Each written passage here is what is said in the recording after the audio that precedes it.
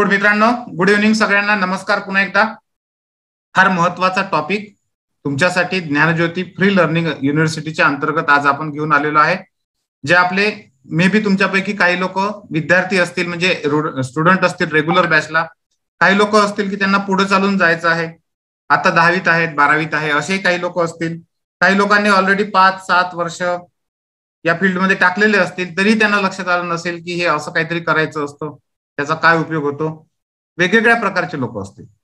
तुमच्या सर्वांसाठी एक गुड न्यूज अशी आहे की आजचं जे लेक्चर आहे ते लेक्चर नाहीये, तर ही कार्यशाळा आहे. कार्यशाळेमध्ये आणि लेक्चरमध्ये एक फरक असतो. सांगता येईल तुम्हाला काय फरक असतो? ज्यांना पॉसिबल आहे त्यांनी व्हिडिओ ऑन ठेवा. ओके सचिन, माझा नंबर आहे त्याच्यावर तू नंतर मला टाकू शकतो मेसेज 9975806127. लास्ट चान्स मिस झाला, काही हरकत नाही, आताही करता येईल तुला जॉईन ऑनलाईनचे क्लास सगळे. 9975806127. यस, पटापट सांगा याच्यात काय फरक असतो. वेबिनार, मीटिंग, लेक्चर आणि वर्कशॉप. वर्कशॉपमध्ये आणि ह्या बाकीच्या सगळ्यांमध्ये काय फरक असतो नाही सांगता येणार. एकदम साधा आणि सिंपल मोठा फरक असतो. वर्कशॉपचं मराठी भाषांतर काय आहे सांगता येईल कोणाला? संतोष सांगता येईल? Yes, very good Bhagyashree. कार्यशाळा, याच्यामध्ये आपल्याला प्रत्यक्ष काम करायचं असतं, म्हणजे ऍक्शन घ्यायची असते. आणि आजची ही कार्यशाळा आहे. जरी आपण ही मीटिंग स्वरूपात घेत असलो तरी ही कार्यशाळा आहे. म्हणजे याच्यामध्ये तुम्हाला सगळ्यांना मी जेव्हा जेव्हा ज्या ज्या गोष्टी सांगणार आहे, तुमच्यापैकी अनेक लोकांना मी जे सांगेन ती जनरल राहील, सगळ्यांना उपयोगात पडणारा, सगळ्यांच्या अनुभवातलं मी बोलणार आहे. मात्र मी जेव्हा ते सांगत राहील तेव्हा तुमच्यापैकी अनेक लोकांना असं वाटेल की अरे की माझ्या बाबतीमध्ये असं असं आहे, असं नाहीये, थोडस असं आहे, नाही हा असं असं आहे, ही गोष्ट माझ्यासाठी अशी लागू पडते. आणि मग त्यावेळेस तुम्हाला काय करायचं आहे, त्यावेळेस तुम्हाला तुमचे वही आणि पेन. किती लोकांनी वही पेन सोबत घेतली आहे? यस, प्रॅक्टिकल क्वेश्चन आणि सोल्युशन असणार आहे. Very good Sachin. ज्यांनी ज्यांनी वही आणि पेन सोबत घेतली आहे त्यांनी वही आणि पेन यस यस करून टाईप करा. यस टाईप करा, मी टाईप करा, काही पण टाईप करा. आणि आज तुम्हाला वही पेनच्या सोबतच दुसऱ्या एका गोष्टीचं काम आहे. तुम्हाला जे स्वोट अनालिसिस आपल्याला करायचं आहे ते तुमचं प्रत्येकाचं स्वोट अनालिसिस मी पाहणार आहे आणि त्याच्यावर तुम्हाला माझ्या सजेशन देणार आहे. आणि त्याच्यासाठीचा एक गुगल फॉर्म वेगळा, फक्त स्वोट अनालिसिस साठीचा, तो वेगळा तयार केलाय. आणि तुम्ही तुमच्या वही पेन सोबतच ह्या गुगल फॉर्मचं सुद्धा व्यवस्थित फिलअप करायचं आहे. अर्थात तो पूर्ण जेव्हा तुमचा वेबिनार सुरू असेल किंवा आपली ही जी कार्यशाळा आहे ती सुरू असेल, प्रत्येक वेळेस तुम्हाला ते भरता येणार नाही. त्यावेळेस काय करायचं, वही पेन मध्ये तो तुमचा मुद्दा लिहून घ्यायचा आणि तो गुगल फॉर्म जेव्हा मी सांगेन की गुगल फॉर्म मध्ये ही गोष्ट टाका, त्यावेळेस तुम्ही तुमची ती गोष्ट गुगल फॉर्म मध्ये टाकायची. उदाहरणार्थ काय, उदाहरणार्थ मी म्हणेन तुम्हाला की तुमचा स्ट्रॉंग पॉईंट आहे. आता मी काही स्ट्रॉंग पॉईंटची इथं उदाहरणं देणार आहे. तुमच्या लक्षात आलं की अरे हा माझा पण स्ट्रॉंग पॉईंट होऊ शकतो. बरेचदा आपल्या लक्षातच येत नसतं, आपल्याला माहितच नसतं की आपल्या हातात काहीतरी असतं, पण हे आपल्या उपयोगात येऊ शकते हे आपल्याला माहितच नसतं. आज सकाळी एक खूप सुंदर गोष्ट वाचण्यामध्ये आली, पुण्यातलीच होती. आणि एक कर्नल असतात, ते मिलिटरीतून घरी येतात आणि नंतर मग त्यांची जी मुलगी असते ती बाहेर कुठेतरी जाते आणि जे नेहमी आपण पाहतो तशा पद्धतीचा एक प्रसंग, काही लोक जे गुंडे आपण म्हणतो तसं थोडस ते पाठलाग टाईप असं होतं. आणि मग तिला ते तिच्या वडिलांनी सांगितलेली ती गोष्ट आठवते. कोणती? की महत्व शस्त्राला नसतं. तर जर समजा तुम्ही हुशार असले तर तुम्ही कोणत्याही गोष्टीला शस्त्र करू शकता, कोणत्याही गोष्टीचं शस्त्र बनवू शकता. म्हणजे काय, म्हणजे खऱ्या अर्थानं प्रतिकार करण्याची क्षमता ही आपल्या मेंदूमध्ये असते. आणि मग तसंच तुम्हाला इथं पण लक्षात येईल अनेकदा की अरे हा आपला प्लस पॉईंट होऊ शकतो, चांगला प्लस पॉईंट होऊ शकतो, स्ट्रॉंग पॉईंट होऊ शकतो. आपण याच्याकडे ह्या दृष्टिकोनातून कधी बघितलंच नाही. आणि मग तुम्हाला ते लगेच लगेच तुमच्या गुगल फॉर्म मध्ये टाकायचं आहे किंवा तुमच्या वहीवर टाकायचं आहे, नंतर गुगल फॉर्म मध्ये टाका. आपल्यापैकी अनेक लोक मोबाईलवर असतात, त्याच्यामुळे प्रत्येक वेळेस लगेच गुगल फॉर्म आणि असं घेता येणार नाही तुम्हाला, तर हरकत नाही. जर समजा लगेच तुम्हाला गुगल फॉर्म मध्ये नाही टाकता आलं तर तात्पुरतं तुमच्या वहीमध्ये टाकायचं आणि नंतर गुगल फॉर्म मध्ये पण ती गोष्ट टाकायची. सेम गोष्ट वीक पॉइंटच्या वेळेस पण तुम्हाला लक्षात येईल. आपले काही वीक पॉइंट असतात एक जोहरी विंडो नावाचा प्रकार आहे बघा. जोहरी विंडो जे मॅनेजमेंट मधली खूप चांगली टर्म आहे. तर त्यावेळेस आपल्याला आपले जे वीक पॉइंट्स असतात, आपण म्हणतो ना गमतीनं की आपली पाठ आपल्याला दिसत नाही. आपली पाठ आपल्याला दिसत नाही या म्हणीचा अर्थ काय? म्हणजे आपल्यातले जे कमजोर मुद्दे असतात, जे वीक पॉइंट असतात, ते बरेचदा आपल्याला माहीतच असतील असं नाही. आता हे वीक पॉइंट जे आहेत, हे वीक पॉइंट कसे समजून घ्यायचे ते मी तुम्हाला आज सगळं सविस्तर सांगणार आहे. वीक पॉइंटच्या संदर्भासहित सांगणार आहे. आणि मग तुमच्या लक्षात येईल की अरे हा पण माझ्यासाठी पण वीक पॉइंट होऊ शकतो, मला सावध राहायला पाहिजे. आणि हे कशासाठी? तर हे आपल्याला सावध करण्यासाठी. कारण आपले वीक पॉइंट जर आपल्याला चांगले माहीत असले तर त्याला कसं ओव्हरलॅप करायचं, त्याच्या कसं ओव्हरकम करायचं, त्याच्यावर मात करून कसं पुढे जायचं ते आपल्याला ठरवता येतं. माहीतच नसले तर मग मात्र मोठा प्रॉब्लेम होतो. आपण रस्त्यावरून गाडी घेऊन चालतो, टर्निंग असतो, टर्निंग आहे हे जर माहीत असेल, त्या ठिकाणी बोर्ड लागलेला असेल आणि काहीतरी सूचना दिलेल्या असतील तर आपण कंट्रोल करतो, आपण सेफ मध्ये जातो. आणि माहीतच नसेल, पहिल्यांदाच जातो आहे, वेगात जातो आहे, ऍक्सिडेंट होण्याची भरपूर शक्यता राहते. आणि हे नुसतं रस्त्यावर होत नाही, हे आपल्या लाईफमध्ये पण होतं. असं होऊ नये म्हणून आपल्यातले कुठले कुठले वीक पॉइंट आहेत ते पण आपल्याला शोधावे लागतात. त्याच्यावर ओव्हरकम करण्याची आपली स्वतःची एक स्ट्रॅटेजी आपल्याला ठरवावी लागते. आणि ही स्ट्रॅटेजी ठरवत असताना आपल्याला गायडन्स घ्यावं लागतं. तर हे कशा पद्धतीनं करायचं हे पण आज आपण पाहणार आहोत. फक्त तुम्हाला हे मी याच्यासाठी सांगतोय की गुगल फॉर्मचा आणि तुमच्या वही पेनचा दोन्हींचा उपयोग व्यवस्थित करा. आणि अर्थात कार्यशाळा आपण घेत असल्यामुळे याचा स्पीड थोडा कमी राहील, कारण आपल्या सगळ्याला याच्यामध्ये ऍक्टिव्ह राहत राहत पुढे पुढे जायचं आहे. मुद्दा खूपच छोटासा आहे पण खूपच कामाचा आहे.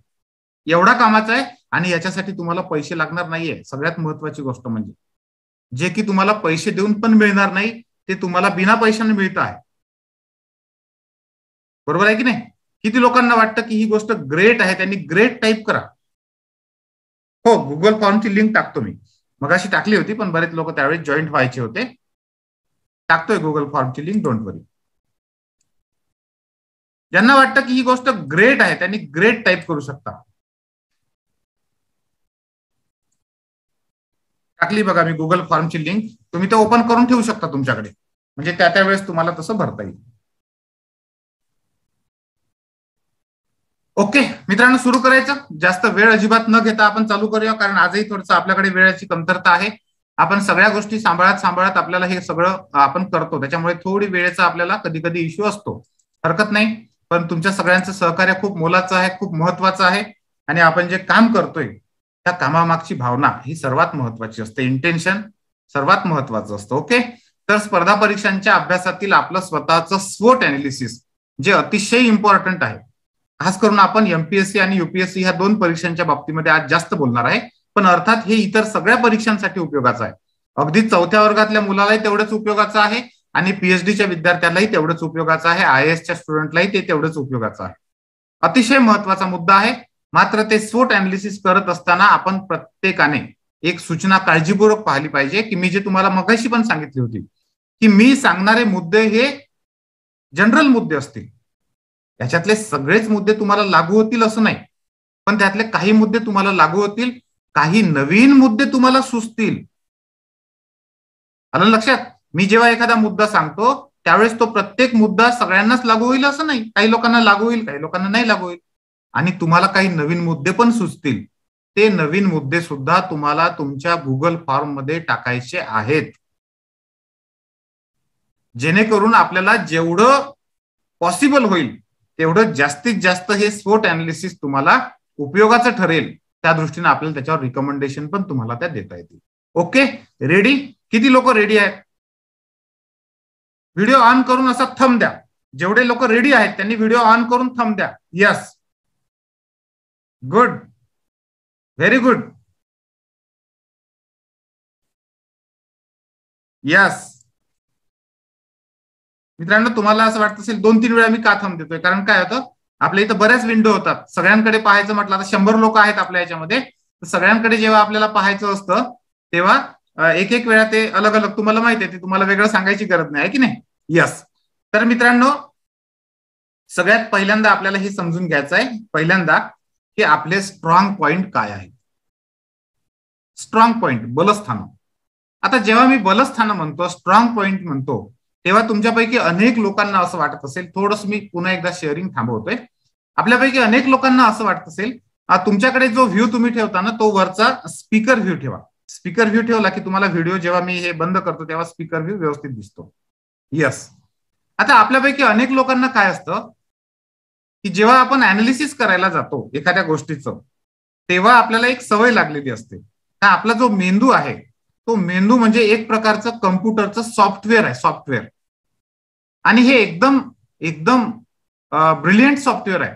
अशा प्रकारचं सॉफ्टवेअर आतापर्यंत जगामध्ये बनलेलंच नाहीये. कित्येक शास्त्रज्ञ प्रयत्न करत आहेत, परंतु त्यांना आपल्या मेंदूसारखं सॉफ्टवेअर आतापर्यंत बनवण्यात आलेलं नाहीये किंवा बनवू शकलेलं नाहीये. मग हे एवढं जे जबरदस्त सॉफ्टवेअर आहे, त्या सॉफ्टवेअरचं एक काम असतं की त्याला जशा स्टेप आपण सांगतो, कोणत्याही सॉफ्टवेअरमध्ये जसं असतं, त्याला ज्या पद्धतीने आपण फिडिंग करतो, ज्या पायऱ्या आपण त्याच्यामध्ये टाकतो, की या बटनावरून त्या बटनावर, त्या बटनावरून त्या बटनावर, त्या बटनावर गेलं की तसं, हे सगळ्या स्टेप असतात. जशा स्टेप आपल्या मेंदूमध्ये आपण टाकतो त्याच पद्धतीनं ते सॉफ्टवेअर काम करतं. आता हे जे सॉफ्टवेअरचं फिडिंग आहे, म्हणजे सॉफ्टवेअर बनवणं आहे, हे कधी होतं? तर हे जास्त करून आपण जेव्हा आपल्या वयाचं जे 5 वर्ष आहेत त्या पहिल्या 5 वर्षामध्ये जास्त होतं. त्याच्यानंतर थोडं थोडं थोडं थोडं होत राहतं, ते कंटिन्युअस आयुष्यभर होतच राहतं. परंतु त्याचा मोठा भाग हा वयाच्या पहिल्या 5 वर्षापर्यंत बनतो. तुम्ही कदाचित हे वाक्य ऐकलं असेल बघा, की माणसाचा मेंदू हा पहिल्या 5 वर्षामध्ये जेवढा ट्रेन होतो किंवा जेवढ्या गोष्टी शिकतो तेवढ्या गोष्टी तो नंतरच्या आयुष्यभरामध्ये शिकत नाही. 95% तो गोष्टी वयाच्या 5 वर्षापर्यंत शिकतो. म्हणजे याचा दुसरा अर्थ काय होतो की ह्या पहिल्या 5 टप्प्यामध्ये आता आपल्याला प्रत्येकाला, आपल्या आई वडिलांना पण माहित नसतं सगळ्याच गोष्टी. आपण सगळेजण काही सर्वज्ञ नाहीये. त्याच्यामुळं अनेकदा आपली जी विचार करण्याची सवय आहे, म्हणजे समजा इथे वेगवेगळे पॉइंट्स आहेत, तर त्यातल्या कोणत्या पॉइंट्सकडे कोणाचं पहिल्यांदा लक्ष जाईल हे आपल्याला पण माहित नाही राहत. दुसऱ्याला सोडा, आपल्याला स्वतःला पण माहित नाही राहत. आणि हे जेव्हा तयार झालं तेव्हा आपल्या हातात परिस्थिती नव्हती, पण आज परिस्थिती आपल्या हातात आहे. आज बऱ्यापैकी तुम्ही ते समजून घेऊ शकता. त्या सॉफ्टवेअरमध्ये बदल करण्याचे अधिकार पण तुम्हालाच आहेत, कारण सॉफ्टवेअरची मालकी तुमची आहे आणि त्याच्यामध्ये बदल तुम्हाला करायचे आहेत. आणि म्हणून जेव्हा आपण आता हे स्वोट अनालिसिस पाहणार आहे त्यावेळेस अनेक लोकांना काय होईल, स्वोट अनालिसिसच्या मधला स्ट्रॉंग कमी दिसेल आणि वीक पॉइंटच जास्त दिसायला लागतील. असं होतं बऱ्याच लोकांना. काय होतं की एखाद्या गोष्टीतली पॉसिबिलिटी कमी दिसते आणि त्यातले धोके जास्त दिसतात. काही लोकांना संधी जास्त दिसतात, काही लोकांना धोके जास्त दिसतात. काही लोकांना आपल्या स्वतःमधले स्ट्रॉंग पॉइंट जास्त दिसतात, काही लोकांना आपल्या स्वतःमधले वीक पॉइंटच जास्त दिसतात. बघा तुम्ही तुमच्या सभोवताला असे अनेक लोक मिळतील. काही काही लोक असतात ते प्रत्येक वेळेस नाही नाही माझ्याकडे हेच नाही, हेच नाही, हेच नाही, हे नाही, ते नाही, ते नाही, ते नाही, काय नाही आहे त्याची चर्चा करत राहतात. आणि काही लोक असे असतात की ते जे नाही आहे त्याच्यावर पाहतच नाही, तर जे आहे त्याच्यावरच फोकस करत राहतात. त्यांना फक्त एकच माहित असतं की नाही मी खूप मेहनती आहे, मी खूप मेहनती आहे, मी खूप मेहनती आहे. मित्रांनो, हे दोन्ही जे मुद्दे आहेत हे दोन्ही टोकं आपल्याला नको आहे. आपल्याला काय करायचं आहे, आपल्याला आहे रे आणि नाही रे म्हणजे काय, आपल्याकडे काय काय आहेत स्ट्रॉंग पॉइंट आणि कुठले कुठले वीक पॉइंट्स आहेत, दोन्हीकडे आपल्याला व्यवस्थितपणे पाहायचं आहे. आणि मग हे पाहिल्यानंतर त्याच्या अपॉर्च्युनिटीज मध्ये कसं त्याचं परिवर्तन करायचं, त्याला कसं बदलवायचं आणि त्यातले धोके ओळखायचे कसे, त्याला ओव्हरकम कसं करायचं, हे सगळं आपण आजच्या याच्यामध्ये शिकणार आहोत. पण म्हणून स्ट्रॉंग पॉइंट पाहत असताना सगळ्यांनी हे लक्षात ठेवायचं की मी जेव्हा स्ट्रॉंग पॉइंट म्हणतो तेव्हा स्ट्रॉंग पॉइंटवरच फोकस करायचा. आणि मी जेव्हा म्हणेन तुम्हाला की आता आपल्याला वीक पॉइंट पाहायचे आहे त्यावेळेस वीक पॉइंटवरच फोकस करायचं, त्यावेळेस इकडे तिकडे भटकायचं नाही. त्याच्यामुळे तुम्हाला इथं थोडंसं दक्ष राहावं लागणार आहे. आणि म्हणून मी थोडं शेअरिंग हे स्टॉप केलं होतं. परत एकदा दिसतंय सगळ्यांना? ओके. काही लोकांना गुगल फॉर्म मिळालेला नाहीये. 1 मिनिट मी परत देतो, डोंट वरी. आता आला असेल प्रत्येकाकडे गुगल फॉर्म. हा फॉर्म पण तुम्ही तुमच्याकडे ओपन करायचा भरत असताना. पहिली सुरुवातीची माहिती जी काही आहे ती भरून टाका. आता आपल्याला पहिल्यांदा पाहायचे आहे स्ट्रॉंग पॉइंट. मित्रांनो, आपल्याला असं वाटतं बरेचदा जे निगेटिव्ह विचार करणारे लोक असतात, जास्त निगेटिव्हच्या प्रभावाखाली जास्त असतात, त्यांना असं वाटतं की मला IAS व्हायचं आहे, माझ्याकडे काही स्ट्रॉंग पॉइंट नाहीये. पण असं नसतं.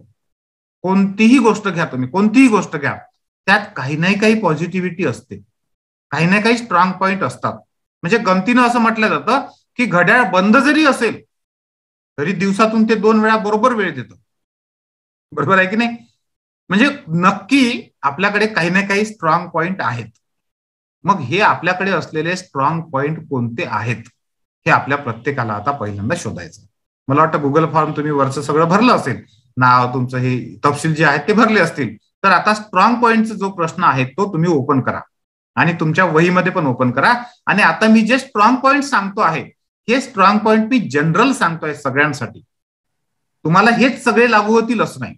याच्यातले काही लागू होतील, कोणाला सगळे लागू होतील, कोणाला याच्या व्यतिरिक्तचे स्ट्रॉंग पॉइंट पण आठवतील. ते त्यांनी न चुकता लिहायचे आहेत की हा माझा स्ट्रॉंग पॉइंट आहे असं मला वाटतं. किंवा तुम्हाला असं वाटलं की सर हा माझा स्ट्रॉंग पॉइंट होऊ शकतो का, तर तुम्ही तिथं ते पण लिहू शकता की सर हा माझा स्ट्रॉंग पॉइंट होऊ शकतो का, मला असं वाटतं तर होऊ शकतो का, आणि होऊ शकत असेल तर कसा, असंही आपण त्या ठिकाणी लिहू शकतो. म्हणजे आपण पूर्ण मी जे प्रश्न दिलेले आहेत ते सगळे ओपन क्वेश्चन्स आहेत, ओपन एंडेड म्हणतो आपण त्याला, म्हणजे खुले आहेत ते. तुम्ही त्याच्यामध्ये लिहू शकता तुम्हाला जेवढं लिहायचं आहे तेवढं. त्याच्यामुळे त्याची काळजी करायचं कारण नाही. आता मित्रांनो, जे स्ट्रॉंग पॉइंट आपल्याला रेफरन्स म्हणून पाहायचे आहेत, प्रत्येकाला हे लागू होतीलच असं नाही, त्यातला सगळ्यात पहिला स्ट्रॉंग पॉइंट आहे विल पॉवर. काही लोकांची जबरदस्त इच्छाशक्ती असते, जबरदस्त इच्छाशक्ती असते एखादी गोष्ट मिळवण्याची, आणि काही लोकांकडे इच्छाशक्तीचा अभाव असतो. तर तुमच्यापैकी ज्या लोकांना असं वाटतं आहे की माझ्याकडे बाकीच्या काही गोष्टी असो की नसो, पण माझ्याकडे इच्छाशक्ती जबरदस्त आहे, जबरदस्त इच्छाशक्ती आहे, त्यांनी पहिल्यांदा तो मुद्दा टाकू शकता की विल पॉवर, इच्छाशक्ती. इच्छाशक्ती ही खूप मोठी गोष्ट आहे. आता आपल्यापैकी काही लोकांना असं वाटत असेल की सरांनी खाली मोटिवेशन पण लिहिलं आणि मग विल पॉवर आणि मोटिवेशन मध्ये सारखंच आहे का? तर मित्रांनो, हे दोन्ही डिफरंट आहेत, दोन्ही अलग अलग आहेत. मी ते तुम्हाला समजावून सांगणार आहे की मोटिवेशन आणि विल पॉवर मध्ये काय फरक आहे. सगळ्यात पहिल्यांदा हा फरक आहे की विल पॉवर जी असते ती नेहमी पॉझिटिव्ह असते, म्हणजे मला ही गोष्ट मिळवायची आहे या दिशेनेच ती प्रवास करते. मोटिवेशन अनेकदा पॉझिटिव्ह अनेकदा निगेटिव्ह पण असू शकतो. म्हणजे काय, समजा तुमच्या मागे वाघ लागला आणि तुम्ही धावत आहात, मोटिवेशन आहे तुम्हाला धावण्याचं, पण ते निगेटिव्ह मोटिवेशन आहे. निगेटिव्ह मोटिवेशन आहे म्हणजे काय, म्हणजे ती भीती आहे. पण विल पॉवर मध्ये असं होत नाही. विल पॉवर तुम्हाला एक गोष्ट असते की ही आहे, ही मला मिळवायची, ही गोष्ट आहे, ही मला मिळवायची. तर ह्या दोन्हीतला फरक जो आहे तो आपल्याला कळायला पाहिजे. आता ही जी विल पॉवर आहे ही तुम्ही स्वतःला एक रेटिंग पण द्यायचं त्या ठिकाणी की माझी विल पॉवर 1 पासून 10 पर्यंत किती आहे. अतिशय कमी इच्छाशक्ती आहे, 1 द्या. काहीच नसल्यासारखं आहे समजा 0 द्या. आणि प्रचंड इच्छाशक्ती आहे तुमच्यामध्ये, म्हणजे माझं उद्दिष्ट गाठण्यासाठी मी काहीही करू शकतो, कितीही मेहनत घेऊ शकतो, असं जर तुम्हाला वाटत असेल तर तुम्ही त्याला 10 देऊ शकता. मग हे 1 ते 10च्या मध्ये तुम्ही द्यायचं की साधारणतः काही लोकांना वाटत असेल की नाही इच्छाशक्ती आहे पण ती कंटिन्यू नाही राहत. काय होते, आज राहते, उद्या कमी होते, परवा पुन्हा होते, एखादा व्हिडिओ पाहिला की पुन्हा वाढते. मग तुम्ही त्याला 5 वर आणू शकता, 6 वर आणू शकता. कोणाला वाटत असेल की नाही बरेचदा राहतच नाही, एखाद्या वेळेस येते, खूप इच्छाशक्ती वाटते, खूप मनातून वाटतं की हे करावं ते करावं ते करावं, आणि मग एकदम डिम होऊन जातो. 4 द्या, 3 द्या, 2 द्या, हे तुम्ही ठरवा, प्रत्येकाचं वेगवेगळं असणार आहे. पण आपल्याकडे इच्छाशक्तीच्या बेसवर आपली इच्छाशक्ती किती आहे, आपण 1 वर आहो की 10 वर आहो, 8 वर आहो, 2 वर आहो, 3 वर आहो की 7 वर आहो, 5 वर आहो की 4 वर आहो, हे तुम्हाला ठरवायचं. तुम्ही ते ठरवायचं आहे, आता लगेच ठरवायचं आहे. मी त्याच्यासाठी तुम्हाला अर्ध्या मिनिटाचा वेळ देतोय. अर्ध्या मिनिटामध्ये आपण प्रत्येकाने हे ठरवा. गुगल फॉर्म नाही भेटला, ओके, परत एकदा टाकतो, डोंट वरी, मागून आला असेल तो. टाकलाय मी परत एकदा गुगल फॉर्म. आवाज येत नाहीये, आवाज सगळ्यांना क्लिअर येते काजल, तुला कसा काय नाही येत आहे? सगळ्यांना येतोय ना आवाज क्लिअर? आवाज ज्यांना क्लिअर येतोय त्यांनी यस, येतोय, क्लिअर येतोय. काजल तुझ्या बाजूने काहीतरी प्रॉब्लेम आहे, प्लीज चेक. यस, क्लिअर येतोय. मित्रांनो, ही विल पॉवर जर समजा सगळ्यात महत्वाचं अस्त्र आहे, आपलं सगळ्यात महत्वाचं शस्त्र आहे, आणि हे जर विल पॉवर तुमची जबरदस्त असेल तर बाकीच्या गोष्टी तुम्ही शोधू शकता. म्हणून हे विल पॉवर तुम्ही, मला वाटतं की प्रत्येकानं त्याचं रेटिंग केलं असेल. आता दुसरं, मी तुम्हाला मगाशी म्हटलं तसं मोटिवेशन, मोटिवेशनचा पण मुद्दा त्याच्यामध्ये लिहा, आणि त्याच्यामध्ये पहिल्यांदा हे लिहा बघा, निगेटिव्ह जरी मी म्हटलं असलं, पॉझिटिव्ह मोटिवेशन, निगेटिव्ह मोटिवेशन, तरी निगेटिव्ह मोटिवेशन हे वाईट नाही बरं. निगेटिव्ह मोटिवेशन पण वाईट नाही. जेव्हा हरिण पुढं पळतं, वाघ त्याच्या मागं लागतो, तेव्हा हरणाचं जे मोटिवेशन असतं ते निगेटिव्ह असतं, वाघाचं पॉझिटिव्ह असतं. आणि बरेचदा निगेटिव्ह मोटिवेशन पण जिंकतं. बरोबर आहे? किती लोकांना मान्य आहे मी जे म्हणतोय ते? किती लोकांना मान्य आहे? व्हिडिओ ऑन ठेवा, ज्यांना पॉसिबल आहे त्यांनी ऑन ठेवा. हरिण जे पळतं ते निगेटिव्ह मोटिवेशन असतं, कारण त्याला कुठल्याही परिस्थितीत वाघाच्या तावडीतून पळायचं असतं, नाही तर जीव जाणार आहे. आणि वाघाला काहीतरी शिकार मिळवायची आहे. पॉझिटिव्ह आहे, निगेटिव्ह आहे, दोन्ही आहे. आणि पण पॉझिटिव्ह निगेटिव्ह दोन्ही जरी असले तरी दोन्ही पण चांगलेच आहेत. दोन्ही पण चांगलेच आहे. त्याचा उपयोग कशा पद्धतीने करायचा ते मी सांगेन तुम्हाला पर्सनली. तुम्ही जेव्हा लिहाल त्याच्यामध्ये की माझ्या याच्यामध्ये हे निगेटिव्ह मोटिवेशन आहे, मला हे पॉझिटिव्ह मोटिवेशन वाटतं, हे माझं पॉझिटिव्ह मोटिवेशन आहे हे करण्यामध्ये, तर हे तुम्हाला लिहायचं आहे त्या ठिकाणी. कारण मोटिवेशन ही अतिशय महत्वाची गोष्ट आहे. विल पॉवर तर आहेच, विल पॉवर मोटिवेशन पेक्षा वरची आहे. आणि विल पॉवर आणि मोटिवेशन याच्यामध्ये फरक काय आहे ते पण मी तुम्हाला समजावून सांगितलंय. आता तुम्हाला हे शोधायचं आहे की आपलं मोटिवेशन कोणत्या लेवलला आहे. पॉझिटिव्ह असेल तर कोणत्या लेवलला आहे, निगेटिव्ह असेल तर कोणत्या लेवलला आहे. दोन्ही गोष्टी तुम्हाला लिहायच्या आहे, व्यवस्थित लिहायच्या आहेत. व्यवस्थित लिहा, हरकत नाही. याला अर्धा मिनिट तुम्ही पुन्हा घेऊ शकता. आपली कार्यशाळा आहे त्याच्यामुळे आपण स्लोच जाणार आहे, डोंट वरी. पण हे लिहा, हे मोटिवेशन तुम्हाला कोणतं वाटतं. अनेक लोकांना असं वाटत असतं की मी ज्या परिस्थितीमध्ये आहे ती अतिशय खराब परिस्थिती आहे आणि मला या परिस्थितीतून बाहेर पडून माझ्या कुटुंबाला चांगली परिस्थिती द्यायची आहे. मोटिवेशन आहे, काही चूक नाही त्याच्यामध्ये, आहे की नाही? किंवा एखाद्याला असं असतं की एखाद्याच्या मनामध्ये एखादा निगेटिव्ह प्रसंग बसलेला असतो, म्हणजे काहीतरी वाईट घडलेलं असतं, तेव्हा त्याला लक्षात येतं की सामाजिक दृष्ट्या आपल्याला आपण खूपच कमकुवत स्थितीमध्ये, आपल्याला काही प्रतिष्ठा नाहीये, आपल्याला काही सन्मान नाहीये आणि आपण स्पर्धा परीक्षेच्या माध्यमातून अधिकारी झालं पाहिजे. आणि ही जी काही ज्याला म्हणतो ना आपण अनुल्लेख, म्हणजे समाजामध्ये मानसन्मान न मिळणं, स्थान न मिळणं, हे अपमान वाटतो आपल्याला अनेकदा. मग हे अपमान निगेटिव्ह मोटिवेशन आहे. पण हे निगेटिव्ह मोटिवेशन तुम्हाला पुढे नेऊ शकतो, 100% नेऊ शकतो. अनेक, मी तर सांगितलं तुम्हाला की तुमच्यापैकी अनेक लोकांना मी सांगतोय त्याच्यापेक्षा वेगळे काहीतरी मुद्दे आठवतील, स्वतःच्या मोटिवेशनचे आठवतील, स्वतःच्या विल पॉवरचे आठवतील. हे तुम्हाला आता आठवायचे आहेत आणि ते लिहायचे पण आहेत. शॉर्टमध्ये लिहा, हरकत नाही, पण लिहा. कारण मोटिवेशन हे पॉझिटिव्ह असो की निगेटिव्ह असो, दोन्ही आपल्या कामाचं असतं. आणि हे दोन्ही मोटिवेशन आपल्याला लिहायचे आहेत, म्हणजे जेणेकरून त्याचा कसा उपयोग करून घ्यायचा त्याच्यावरची स्ट्रॅटेजी आपल्याला ठरवता येईल. येस, किती लोकांचं हे क्लिअर झालंय? पुढे जाऊ शकतो आपण. येस, समाजात होणारं शोषण असू शकतं, हे निगेटिव्ह मोटिवेशन आहे, पण हे कामाचं आहे. बरोबर आहे ना शुभम? फॉर्म मध्ये लिहिलेलं आहे बघा, प्रत्येक ठिकाणी मी लिहिलेलं आहे बघा, स्ट्रॉंग पॉईंट, वीक पॉईंट. आता आपण स्ट्रॉंग पॉईंट मध्ये आहोत, तर हे सगळं स्ट्रॉंग पॉईंट मध्ये लिहायचंय तुम्हाला. कारण ही विल पॉवर तुमचा स्ट्रॉंग पॉईंट होऊ शकते, हे मोटिवेशन तुमचा स्ट्रॉंग पॉईंट होऊ शकते, आहे की नाही? 3 एप्रिलला होणाऱ्या क्लास 3च्या एक्झाम बद्दल आता नाही शुभम, आता आपण नाही बोलू शकणार आहे. आपला आत्ताचा विषय वेगळा आहे, आपण त्यासाठी वेगवेगळ्या घेतलेल्या आहेत आणि आपल्या युट्यूबला अवेलेबल पण आहेत ते सगळं.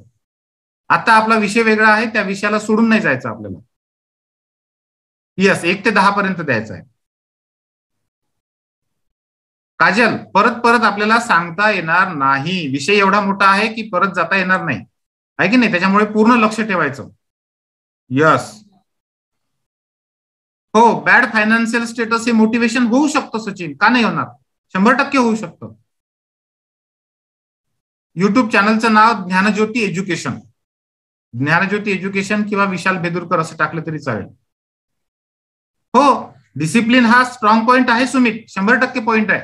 जर तुम्ही डिसिप्लिन असाल तर एमपीएससी युपीएससीलाच नाही, आयुष्यात प्रत्येक ठिकाणी तुम्हाला उपयोग होऊ शकतो.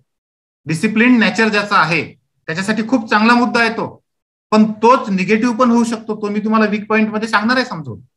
व्हेरी गुड, चांगले मुद्दे निघत आहेत तुमचे, व्हेरी गुड.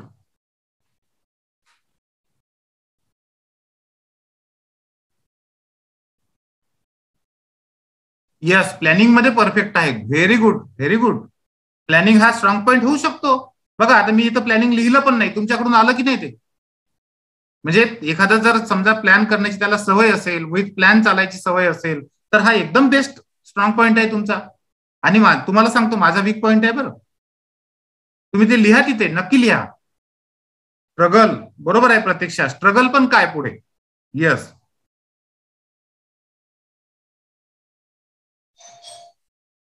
सेल्फ रिस्पेक्ट, बरोबर आहे. सेल्फ रिस्पेक्ट हा स्ट्रॉंग पॉईंट होऊ शकतो, अगदी होऊ शकतो. ओके मित्रांनो, बऱ्यापैकी मला वाटतं आपण याच्यासाठी वेळ दिलाय. आपण आता थोडं पुढे जाऊया. ओके, आता ह्या स्ट्रॉंग पॉईंट याच्यातले आपण हे 2 मुद्दे बघितले. त्यानंतर अभ्यासातली गती. आता तुम्ही म्हणाल की सर अभ्यासातली गती म्हणजे काय? म्हणजे सांगतो तुम्हाला. अभ्यासातली गती म्हणजे काही लोक काही विषयांमध्ये फास्ट त्या विषयाला ते आटपत पुढे पुढे जाऊ शकतात. काही लोकांसाठी तेच विषय अडथळ्याचे ठरतात. बघा तुम्ही, इतिहास वाचायचा आहे, काही लोकांना इतिहास खूप आवडतं, ते फास्ट मध्ये पुढे जातात. काही लोकांना इतिहास वाचायला लागलं की एकदम वेगवेगळे विषय आठवायला लागतात. असं होतं, बरोबर आहे की नाही. अनेक लोकांना असं होतं की मॅथ आहे, काही लोकांसाठी मॅथ हा स्कोरिंग सब्जेक्ट आहे. सीसॅट जाणार आहे असं म्हटलं की त्यांना धाकधूक वाटायला लागते. सीसॅट गेला तर आपला स्कोर घसरू शकतो. पण काही लोकांना आनंदाच्या उकळ्या फुटत आहेत आता की सीसॅट जाणार आहे किंवा सीसॅट पासिंग होणार आहे. बढिया, आतापर्यंत नाही झालो पास, आता बघ होतो की नाही, असं पण वाटतं. म्हणजे एकच मुद्दा वेगवेगळ्या लोकांना वेगवेगळ्या पद्धतीनं. तर आता इथं अभ्यासातली गती हा जो तुमचा मुद्दा आहे, याच्यामध्ये तुम्हाला लिहायचे की अभ्यासातले कुठले कुठले विषय, कुठले कुठले टॉपिक तुमचे स्ट्रॉंग एरियामध्ये मोडतात. हाच विषय आपण वीक एरियामध्ये पण घेणार आहे. पण आता तुम्ही फक्त हे लिहा की सर माझ्यासाठी जिओग्राफी एकदम स्ट्रॉंग पॉइंट आहे. म्हणजे तुम्ही जिओग्राफी असं लिहिलं तरी मी लक्षात येईन मला तिथे. जिओग्राफी असा एखाद्याला असं होऊ शकेल की रायटिंग मध्ये खूप चांगली गती आहे आणि एखाद्याला ऑब्जेक्टिव्ह टाईपची परीक्षाच आवडते, असं होऊ शकतं. मग हे अभ्यासातली तुमचे स्ट्रॉंग पॉइंट कुठले कुठले आहेत, ते सब्जेक्ट नुसार असतील, ते तुमच्या स्किल नुसार असेल. काही लोकांना ऐकून म्हणजे ऐकून शिकायला आवडतं, काही लोकांना व्हिडिओ पाहून शिकायला आवडतं, काही लोकांना पुस्तक वाचत जास्त चांगलं शिकता येतं, काही लोकांना प्रत्यक्ष बोलण्यातून चांगलं शिकता येतं. मग तुमचा काय स्ट्रॉंग पॉइंट आहे? तुम्हाला जर माहित असेल की सर मला पुस्तक वाचायला खूप आवडतं, पुस्तक वाचून मी चांगलं शिकू शकतो, लिहा तिथे. तुमचा स्ट्रॉंग पॉइंट आहे तो. अभ्यासातली गती, खास करून रिडिंग मधली गती. काही लोकांना रिडिंग एकदम फास्ट असतं, फास्ट वाचत जातात आणि जसं वाचत जातात तसं समजत पण जातात. पण काही लोकांना वाचताना मात्र अडखळतात, पण ऐकताना त्यांना खूप चांगलं वाटतं. ऐकून एखादा विषय समजून घ्यायला त्यांना सोपं वाटतं. मग तिथे तुम्ही तसं लिहू शकता. हे जे काही मुद्दे आहे मित्रांनो, हे मला माहित आहे की थोडंसं वेळ तुम्हाला कमी कमी पडतो आहे याचा, पण हे सगळं तुम्हाला आता तर करायचंच आहे. त्याच्यानंतर पुन्हा वेळोवेळी तुम्हाला करायचंच आहे. ते कसं करायचं ते मी सांगणार आहे तुम्हाला. जेव्हा पर्सनल माझ्या रिकमेंडेशन तुम्हाला देईल त्यावेळेस निश्चितपणे तुम्हाला मी ते सांगेन. परंतु आता आपल्याला जेवढा वेळ उपलब्ध आहे तेवढ्या वेळामध्ये आपल्याला हे जेवढं शक्य आहे तेवढं राईट, चांगलं, प्रॉपर, ॲक्युरेट करायचा प्रयत्न करायचा. यस, तुम्ही मागून आले का? देतोय गुगल फॉर्म, डोंट वरी.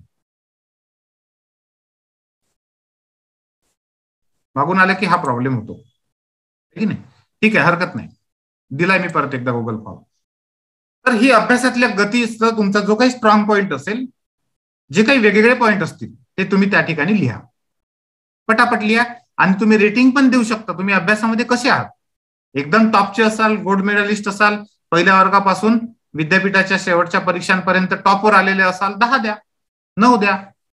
पण माझ्यासारखे असाल, एकदम काही जाऊन नाहीये पण एकदम काही खूप चांगलं पण नाहीये, तर मी अभ्यासातल्या गतीसाठी माझं स्वतःचं जे रेटिंग आहे ते नेहमी 5च देतो. 5च्या पलीकडे मी जाऊ शकत नाही. 5च्या अलीकडे नाही, पण 5च्या पलीकडे जातच नाही. जेव्हा मी विचार करतो 5च्या पलीकडे मार्क्स द्याव का आपल्याला, तेव्हा मग मला अनेक गोष्टी लक्षात येतात आतापर्यंतच्या, काय काय प्रॉब्लेम होते आपले. आणि मग ते 5वरच गाडी थांबते. त्याच्या आधी तर त्याच्यापेक्षा कमी होती गाडी, 2, 3, 4च्या वर मला जाताच येत नव्हतं. पण आता मी 5 पर्यंत आलोय. तुम्हाला वाटत असेल की सरांच्या नावापुढे डॉक्टर आहे म्हणजे डॉक्टरेट केलेली आहे, राज्यसेवा एमपीएससी सारखी परीक्षा दिलेली आहे म्हणजे खूप हुशार असाल, असं अजिबात नाही. असं अजिबात नाही. माझ्याकडे ग्रॅज्युएशनच्या खूप साऱ्या मार्कशीट आहे, मी तुम्हाला दाखविल एखाद्या वेळेस. आणि ह्या अनेक मार्कशीटा सांगतात की मी अभ्यासामध्ये खूप काही हुशार नाहीये. परंतु प्रोग्रेस करण्यासाठी हा एकच मुद्दा नाहीये, अभ्यासामध्ये किती गती आहे याच्यावरच तुमचा प्रोग्रेस नाही ठरत. बाकीचे पण मुद्दे खूप आहेत. जसं गाडी चालवायची आपल्याला, तर आपल्याला एक्सलेटर पण पाहिजे, ब्रेक पण पाहिजे, आहे की नाही, सगळ्याच गोष्टी पाहिजे ना. एखादा आरसा सुद्धा अडकवू शकतो तुम्हाला, आरसा नसला तर तुमचा ऍक्सिडेंट होऊ शकतो. म्हणजे अनेक मुद्दे असतात, जसे आपली गाडी पुढे जाण्यासाठी, आपल्या करिअरची गाडी पुढे जाण्यासाठी, आपल्याला जे यश मिळवायचं आहे ते यश आपलं चांगलं मिळवण्यामध्ये नुसतं अभ्यासातली गती हा एकच मुद्दा कामाचा नसतो, पण आपल्याला हे शोधावं लागणार आहे की आपली अभ्यासातली गती किती आहे. आणि हे शोधत असताना खास करून एमपीएससी युपीएससीच्या दृष्टीनं विचार करा. एमपीएससी, आता जर समजा तुमचं टार्गेट एमपीएससी युपीएससी असेल तर आपल्या याच्यामध्ये मला माहिती आहे आज काही लोक वेगवेगळ्या परीक्षांची पण आलेले आहेत, तर कदाचित त्यांनी त्यांच्या दृष्टीनं करा, ते काही हरकत नाही. पण एमपीएससी युपीएससीच्या परीक्षेच्या दृष्टीनं माझं अभ्यासातलं जे काही स्थान आहे ते कितीवर आहे, 1 ते 10च्या दरम्यान मी 5 वर आहे, 4 वर आहे. मी माझं स्वतःचं उदाहरण तुम्हाला दिलं, तसं तुम्ही ते करू शकता. गुड. तिथं लिहा, इथंच काहीच सांगायचं नाही आज, इथं सांगून उपयोगच नाही Chaitanya. Okay, good, very good. म्हणजे तुम्हाला त्या सजेशन पण मी चांगल्या देऊ शकेल. समजा कोणी लर्निंग वाला असेल जे ऐकून चांगलं शिकू शकतं, त्यासाठी खूप चांगले सजेशन असतात, खूप चांगले चांगले ऑप्शन आहेत अभ्यासातले, सोपे, स्वस्त किंवा कदाचित काही काही तर फ्री मध्ये पण असतात. ते कसे उपयोग करायचे हेच आपल्याला माहित नसतं. ओके मित्रांनो, पुढचा मुद्दा घेऊया. त्यानंतर आपला आहे फॅमिली सपोर्ट. हा सुद्धा एक फार महत्वाचा मुद्दा आहे. काही लोकांसाठी हा स्ट्रॉंग पॉइंट असेल, काही लोकांसाठी वीक पॉइंट पण असू शकतो. तो मी तिकडे पण टाकलाय दुसऱ्या स्लाइडमध्ये पण ज्यांच्यासाठी स्ट्रॉंग पॉइंट आहे, ज्यांना वाटतं की यस मला फॅमिलीचा सपोर्ट आहे, त्यांनी हा मुद्दा तिथे लिहू शकता की यस सर माझ्या फॅमिलीचा असा असा सपोर्ट आहे मला.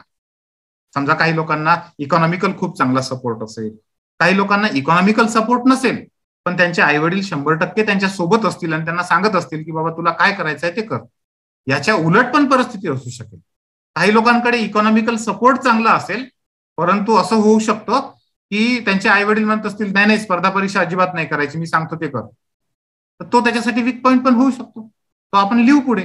पण आता स्ट्रॉंग पॉईंट मध्ये तुम्हाला ज्यांना वाटतं की माझा फॅमिली सपोर्ट मला इथं खूप चांगला आहे, त्याला रेटिंग द्या, त्याची कारणं पण लिहा, जे काही असेल ते. आणि जर समजा नसेल तर मग आपण त्याला वीक पॉईंट मध्ये लिहिणारच आहे. पण जर हा तुमचा स्ट्रॉंग पॉईंट आहे तर त्याचा उल्लेख करा. येस, हा ते कसा करायचा हे मला नाही सांगता येणार, तुमचं तुम्ही ते ठरवायचं आहे की नाही. पण जेवढं तुम्ही सविस्तर लिहाल तेवढं जास्त चांगलं, तेवढं जास्त क्लिअरिटी आपल्याला येईल. फायनान्शियल जर प्रॉब्लेम असेल तर तो कुठं जाईल, वीक पॉईंट मध्ये जाईल, स्ट्रॉंग पॉईंट मध्ये लिहिता येणार नाही, आहे की नाही प्रतीक्षा? बरोबर आहे.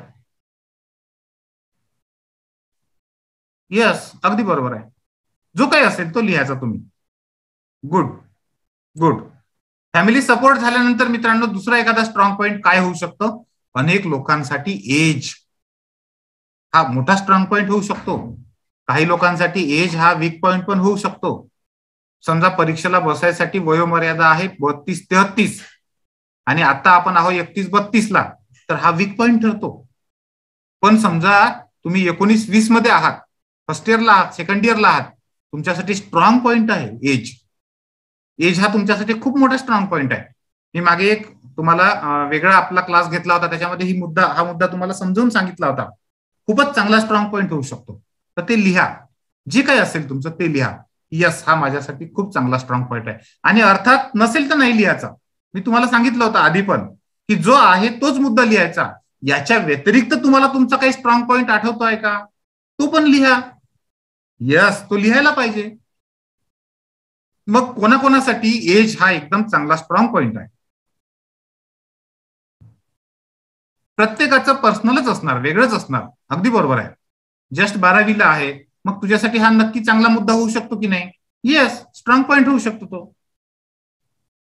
अगदी बरोबर आहे, लिहायला पाहिजे. मग नाही होणार, तो नाही लिहायचा. आता आपण लास्ट एजला आहे ना, तो आपल्यासाठी स्ट्रॉंग पॉईंट नाहीये, तो वीक पॉईंट आहे. हा, त्याला तुम्ही पॉझिटिव्ह मध्ये कन्व्हर्ट करू शकता.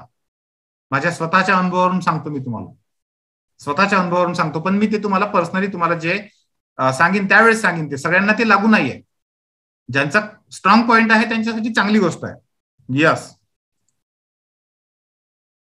ओके मित्रांनो. त्यानंतरचा सगळ्यात महत्वाचा मुद्दा आहे मित्र, फ्रेंड्स. हा स्ट्रॉंग पॉईंट होऊ शकतो का, मला तुमच्याकडून समजून घ्यायचं आहे. आपले जे फ्रेंड्स असतात, हे फ्रेंड्स आपल्यासाठी स्ट्रॉंग पॉईंट ठरू शकतात का? आपलं ध्येय गाठण्यासाठी आपले मित्र स्ट्रॉंग पॉइंट ठरू शकतात का? मला तुमच्या प्रत्येकाचं उत्तर पाहिजे. 116 लोक आहेत, 116 लोकांनी टाईप करायचं. हा, माझं मत मी तुम्हाला त्याच्यानंतर देणार आहे.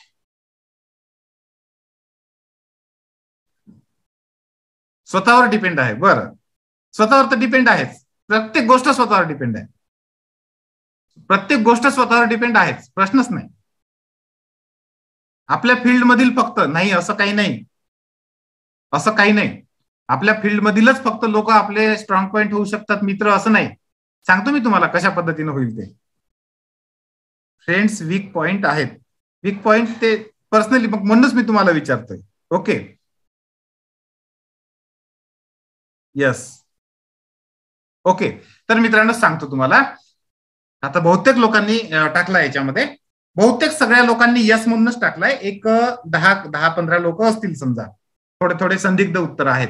तर तुम्हाला सांगतो, हा जो मुद्दा आहे, आपले जे फ्रेंड्स आहेत हे पॉझिटिव्ह होऊ शकतात की निगेटिव्ह होऊ शकतात, म्हणजे आपले स्ट्रॉंग पॉइंट ठरू शकतात की आपले वीक पॉइंट ठरू शकतात.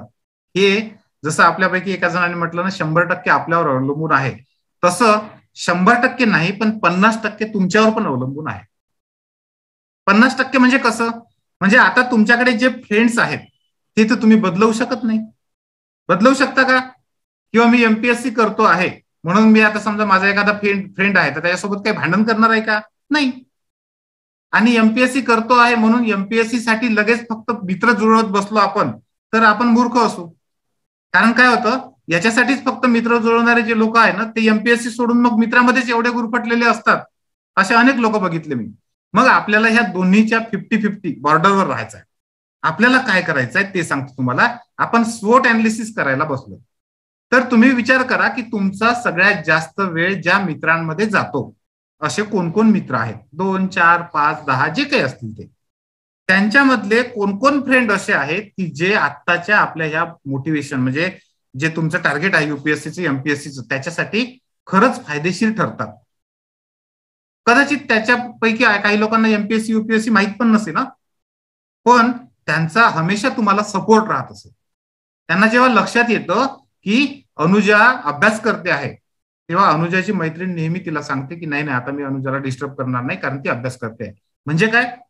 म्हणजे तिचा तो सपोर्ट आहे तो एक प्रकारचा. कदाचित तिला एमपीएससी युपीएससीचं माहित नसेल, तो स्ट्रॉंग पॉइंट मध्ये मोडेल.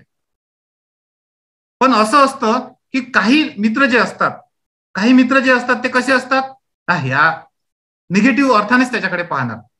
हा सप्पाळा, हा काय करतोय, याला काही करत नाही, त्याला ह्या कुठं एमपीएससी युपीएससीचा अभ्यास करणार आहे, चल, हात धरून ते त्याला घेऊन जाते. वेगळं पण असू शकतं, म्हणजे मी उदाहरण म्हणून सांगतोय. त्याच्यामुळे त्याला 100% तुम्ही सत्य परिस्थिती समजू नका. परंतु तुम्हाला पहिल्यांदा काय करायचं आहे, ऍज इट इज. मी जेव्हा मागे माझ्या स्टेटसला एक गोष्ट ठेवली होती बघा, बरेच जण स्टेटस पाहतात, ज्याचा नंबर माझ्याकडे सेव्ह आहे ते सगळे स्टेटस पाहू शकतात. तर त्याच्यामध्ये मी हे टाकलं होतं की ऍज इट इज गोष्टी पहिल्यांदा पाहायच्या. चांगलं नाही, वाईट नाही, चांगलं पण नाही आणि वाईट पण नाही, ऍज इट इज कशा आहेत, आणि मग त्याच्यावरून ठरवायचं, त्याच्यावरून मग पुढे आपली स्ट्रॅटेजी ठरवायची. म्हणजे समजा एखादा मित्र असेल, तो तुमच्यासाठी प्लस पॉईंट नाही ठरू शकत आहे, वीक पॉईंट ठरू शकतो, मग तिथं तुमची स्ट्रॅटेजी काय असू शकते ते तुम्ही ठरवू शकता. तुम्हाला त्यासोबत भांडायची गरज नाहीये, तुम्हाला त्यापासून दूर जायची पण गरज नाहीये, पण काहीतरी एक मधातली पद्धत आहे की जेणेकरून तुम्ही तुमचं मित्रत्व कायम ठेवू शकता आणि तुम्ही तुमचं टार्गेटही अचीव्ह करू शकता. किंवा कधी कधी असं होतं की निगेटिव्ह अर्थाने पण एखादा मित्र असतो, पण त्याचा तुम्ही पॉझिटिव्ह उपयोग करून घेऊ शकता. म्हणजे आम्ही जेव्हा जंगलात रानात फिरायचो ना, शेतात असताना, तेव्हा काय करायचं, काही भागातून जाताना आम्हाला माहित होतं की या ठिकाणी आपल्याला काटे रुतू शकतात, पण तिथे मोठे मोठे झाडं नाही आहेत काट्याचे. काट्यानं काटा काढणं तुम्हाला माहित असतं, आहे की नाही? मग हे काय करायचे की 2-3 चांगले मोठेवाले काटे जे आहेत ते बाबळीच्या झाडाचे ते तोडून घ्यायचे पहिलेच, आणि त्या पळसाच्या पानामध्ये गुंडाळून सोबत ठेवायचे. उपयोग काय की एखाद्या वेळेस समजा काही असं बारीकचं हे झालं की लगेच तिथं ते कोरून काढून टाकायचं, आणि मग काम झालं की ते फेकून द्यायचं, मोडमाड करून फेकून द्यायचं. म्हणजे काय, म्हणजे कधी कधी एखादी निगेटिव्ह गोष्ट असते, त्याचा पण आपल्याला पॉझिटिव्हली उपयोग करून घेता येतो, पण त्याच्यासाठी आपल्याला हे परफेक्ट माहित पाहिजे की ही गोष्ट माझ्या टार्गेटसाठी निगेटिव्ह आहे. हे तुम्हाला ओळखता आलं पाहिजे पहिल्यांदा. जर ओळखलं तर मग तुम्ही त्याला तशा पद्धतीनं, यालाच स्ट्रॅटेजी म्हणतात. याला स्ट्रॅटेजी म्हणतात. स्ट्रॅटेजी हीच असते. स्ट्रॅटेजी म्हणजे असं काही खूप अवघड शब्द नाहीये, खूप कठीण शब्द नाहीये. आपल्याकडे जे रिसोर्सेस आहे त्यांचा बेस्ट यूज कसा करायचा. कधी कधी आपल्या विरोधातले जे पॉइंट्स आहेत त्याला पण पॉझिटिव्ह मध्ये कसं बदलवायचं, याला स्ट्रॅटेजी म्हणतात. प्रत्येक गोष्टीमध्ये ही स्ट्रॅटेजी आहे. आणि SWOT अनालिसिस तुम्हाला स्ट्रॅटेजीसाठीच उपयोगाचा आहे की नाही. तर हे तुम्ही लिहा, तुमचे ठरवा. आणि आता मी तुम्हाला अर्धा मिनिटाचा पुन्हा वेळ देतोय, त्याच्यामध्ये तुम्ही लिहा की तुमचे मित्र तुम्हाला किती पॉझिटिव्ह आहेत, किती निगेटिव्ह आहेत. 1 ते 10च्या दरम्यान द्या. जे काही असेल ते अर्ध्या मिनिटामध्ये तुम्हाला ते कम्प्लीट करा. यस, अर्ध्या मिनिटासाठी मी थांबतोय कारण तुम्हाला तो वेळ आवश्यक आहे. खूप महत्वाचा मुद्दा आहे पॉझिटिव्ह पॉइंट मधला. आणि अर्थात मी तुम्हाला मगाशी पण सांगितलं होतं की काय होईल, अनेक मुद्दे असे असतील की जे मी इथे लिहिलेलेच नाहीये, पण आता तुमच्या लक्षात येत आहेत की हा माझा प्लस पॉइंट आहे. इतके दिवस कसं काय माझ्या लक्षात नाही आलं. लिहा, आता लक्षात आलं ना, लिहा.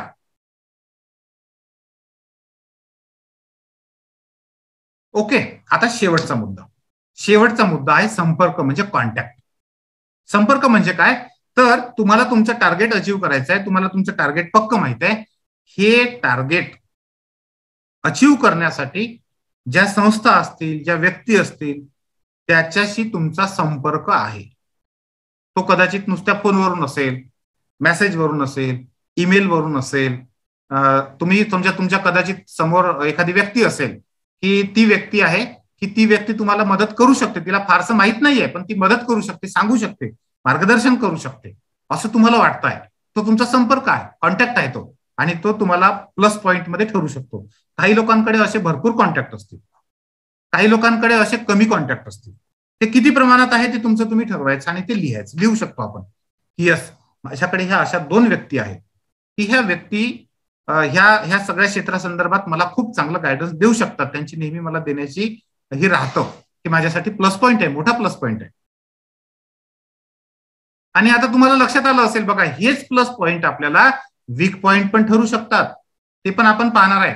पण मला पुन्हा एकदा तुम्हाला एक गोष्ट सांगायची आहे की हे प्लस पॉइंट जसे आहेत त्याच्या व्यतिरिक्त तुमचे स्वतःचे पण काही ना काही प्लस पॉइंट असतील प्रत्येकाचे.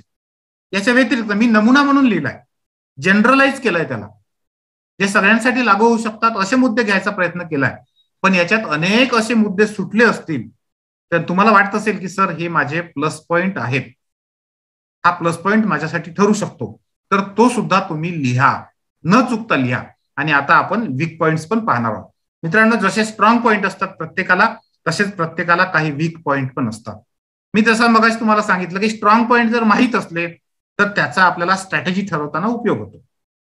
जसं आपण युद्ध करतो ना, युद्धच आहे एक प्रकारचं, की जे सर्वात ताकदवान, म्हणजे पहिले लोक जे युद्ध करायचे ना, ते काय करायचे, जे एकदम ब्रेव आहेत, एकदम ताकदवान आहेत आणि त्यांना हरवणं अवघड आहे, त्यांना बरोबर समोर ठेवायचे. तिथं पण स्ट्रॅटेजी ठरवायची ना. ते बघा, तुम्ही पिक्चर मध्ये वगैरे बघितलं असेल की रात्री ते बसून ठरवतात की ह्या आघाडीवर कोणाला पाठवायचं, इथं कोणाला पाठवायचं, तिथं कोणाला पाठवायचं, इकडून येणारे लोक हे आहेत, मग यांना सामोरं जाण्यासाठी हे चांगलं काम करू शकतात. अशा पद्धतीने विचार विनिमय करून स्ट्रॅटेजी ठरवतात. तशी स्ट्रॅटेजी आपल्याला ठरवला, आपल्याला आपण स्ट्रॉंग पॉइंट बघितले, ओळखले. तुम्हाला हे युद्ध जिंकायचं आहे, तुम्हाला हे युद्ध जिंकून तुम्हाला काहीतरी अचीव्ह करायचं आहे, त्याच्यातले तुमचे स्ट्रॉंग पॉइंट तुम्ही ओळखले आहे. हे स्ट्रॉंग पॉइंट तुम्ही कुठं वापरायचे हे तुम्हाला ठरवायचं आहे. पण आता आपण कुठं कुठं हारू शकतो, काय काय वीक पॉइंट्स आहे आपले, ते पण आपल्याला ओळखायचे आहेत. आणि ते पण अशाच पद्धतीनं, आता मी तुम्हाला इथं जी सूचना दिली होती स्ट्रॉंग पॉइंटच्या वेळेस, सेम तशीच सूचना पुन्हा वीक पॉइंट साठी पण देतो. मी इथं जे वीक पॉइंट लिहिलेले आहेत तेच वीक पॉइंट असतील असं नाही, त्याच्या व्यतिरिक्त काही वेगळे वीक पॉइंट तुमचे असू शकतात. ते तुम्हाला ओळखता आले पाहिजे. ते तुम्ही ओळखले की 50% तुम्ही समजा की तुम्ही त्याच्यावर ओव्हरकम करू शकता. ओळखता न येणं हा सर्वात मोठा धोका आहे. याच्या व्यतिरिक्तचे जे असतील ते पण तुम्हाला शोधायचे. ओके, मग आता आपण डायरेक्ट वीक पॉइंट कडे जाऊया. दिसतंय परत एकदा. आता हे आहेत आपले वीक पॉइंट. हे जनरल आहेत, जनरल आहेत. अनेक लोकांना, मी मगाशी बघा तिथं जो मुद्दा लिहिला तोच मुद्दा इथं पण लिहिला, मोटिवेशनचा. अनेक लोकांना मोटिवेशन, कंटिन्युटी मोटिवेशन मध्ये राहतच नाही, तुटून जाते. थोडंसं वाटतं, काही लोकांना ते मोटिवेशनच वाटत नाही, करावंच वाटत नाही. हाच सगळ्यात मोठा प्रॉब्लेम आहे. बाकी सगळ्या गोष्टी अवेलेबल आहेत, अभ्यास करायसाठी रूम आहे, घरचे सपोर्ट करत आहेत, सगळा पुस्तकं आहेत, क्लास लावायसाठी पैसे आहेत, सगळं आहे, पण मोटिवेशनच नाहीये. मोटिवेशनच नाहीये. खूप मोठा वीक पॉइंट आहे. आणि तुम्हाला असं वाटत असेल की मोटिवेशन घेणं खूप सोपं आहे. सर्वात अवघड आहे, सर्वात अवघड आहे. मोटिवेशन मिळवणं, रिअल मोटिवेशन, मोटिवेशनची पण लेवल असते. कोणत्या लेवलचं तुम्ही मोटिवेशनवर आहात याला पण महत्व आहे. फुग्यासारखं मोटिवेशन काही कामाच नाही, टाचणी लागली की फटकन फुटून मोकळं होते. रिअल मोटिवेशन पाहिजे. आणि ती रिअल मोटिवेशन कमी असणं नसणं हा वीक पॉइंट असू शकतो. ज्यांना ज्यांना असं वाटतंय की सर मोटिवेशनवर मला काम करावं लागतं किंवा आहे माझा वीक पॉइंट मोटिवेशन, हा माझं मोटिवेशन जातं, तर तो तुम्ही लिहा, म्हणजे तुम्हाला त्याच्यावर कसं ओव्हरकम करायचं ते मी सांगू शकेल. महत्वाचा मुद्दा आहे. दुसरा वीक पॉइंट आपला काय ठरू शकतो? दुसरा वीक पॉइंट आपला ठरू शकतो कंटिन्युटी. अनेक लोक खूप प्रचंड इच्छाशक्तीवाले असतात, प्रेरणाही चांगली असते, सुरू पण करतात, पण थोडस झालं की फस. पंक्चर कसा होतं टायर मध्ये, तसंच होतं. काही दिवसानंतर पुन्हा एखादा व्हिडिओ बघितला, एखाद्या व्यक्तीला भेटले, विशाल बेदुरकर सरांशी फोनवर बोलणं झालं की एकदम जसं टायर मध्ये हवा भरते तसं पुन्हा फुल, पुन्हा थोडेसे दिवस झालं का फस. होतं ना असं? सातत्य राहत नाही. एक दिवस एकदम 10 तास 12 तास अभ्यास करणार, दुसऱ्या दिवशी तासभर पण करू शकत नाही. याचा अर्थ सगळ्यांनी सगळे दिवस सारखे, कोणाचेच सारखे नाही राहत, माझे पण नाही, तुमचे पण नाही, परंतु तरीही त्याच्यामध्ये कंटिन्युटी टिकवून ठेवता येते. तर ज्याला ज्याला असं वाटतंय की कंटिन्युटी नसणे हा माझा वीक पॉइंट आहे, त्यांनी त्या ठिकाणी लिहा यस कंटिन्युटी नाही, आणि जर पॉसिबल असेल तर ही कंटिन्युटी कशामुळे जाते ते पण लिहा. ते पण तुम्हाला शोधावं लागेल.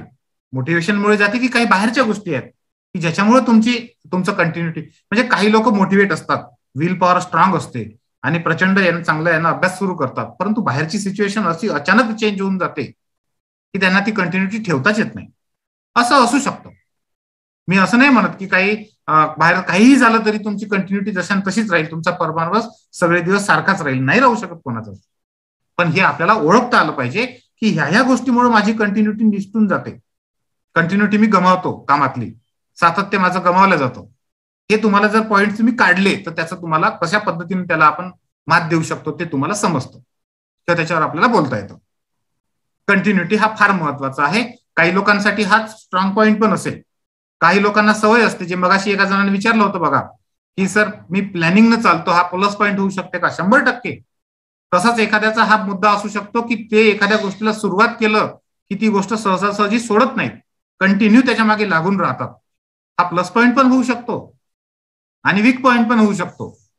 मी जनरल आहे म्हणून सांगितलं तुम्हाला. बऱ्याच लोकांना हा वीक पॉईंट ठरतो आणि त्याच्यावर मात करण्याचे पण खूप सारे मार्ग आहेत, खूप सारे मार्ग आहेत, प्रत्येक व्यक्तीची वेगळे आहेत. मित्रांनो, त्यानंतर आर्थिक परिस्थिती खूप महत्वाचा मुद्दा आहे. बहुतेक सगळ्या मुद्द्यांना हा मुद्दा लागू पडतो. अनेक लोकांकडे आर्थिक परिस्थिती खरोखरच वाईट असते, पण तिथं एक गोष्ट लक्षात घेतली पाहिजे पुन्हा आपल्याला, की आर्थिक परिस्थिती वाईट असणं आणि आर्थिक परिस्थिती वाईट आहे त्याला आपण धरून राहणं, ह्या दोन वेगवेगळ्या गोष्टी आहेत. Are you getting my point?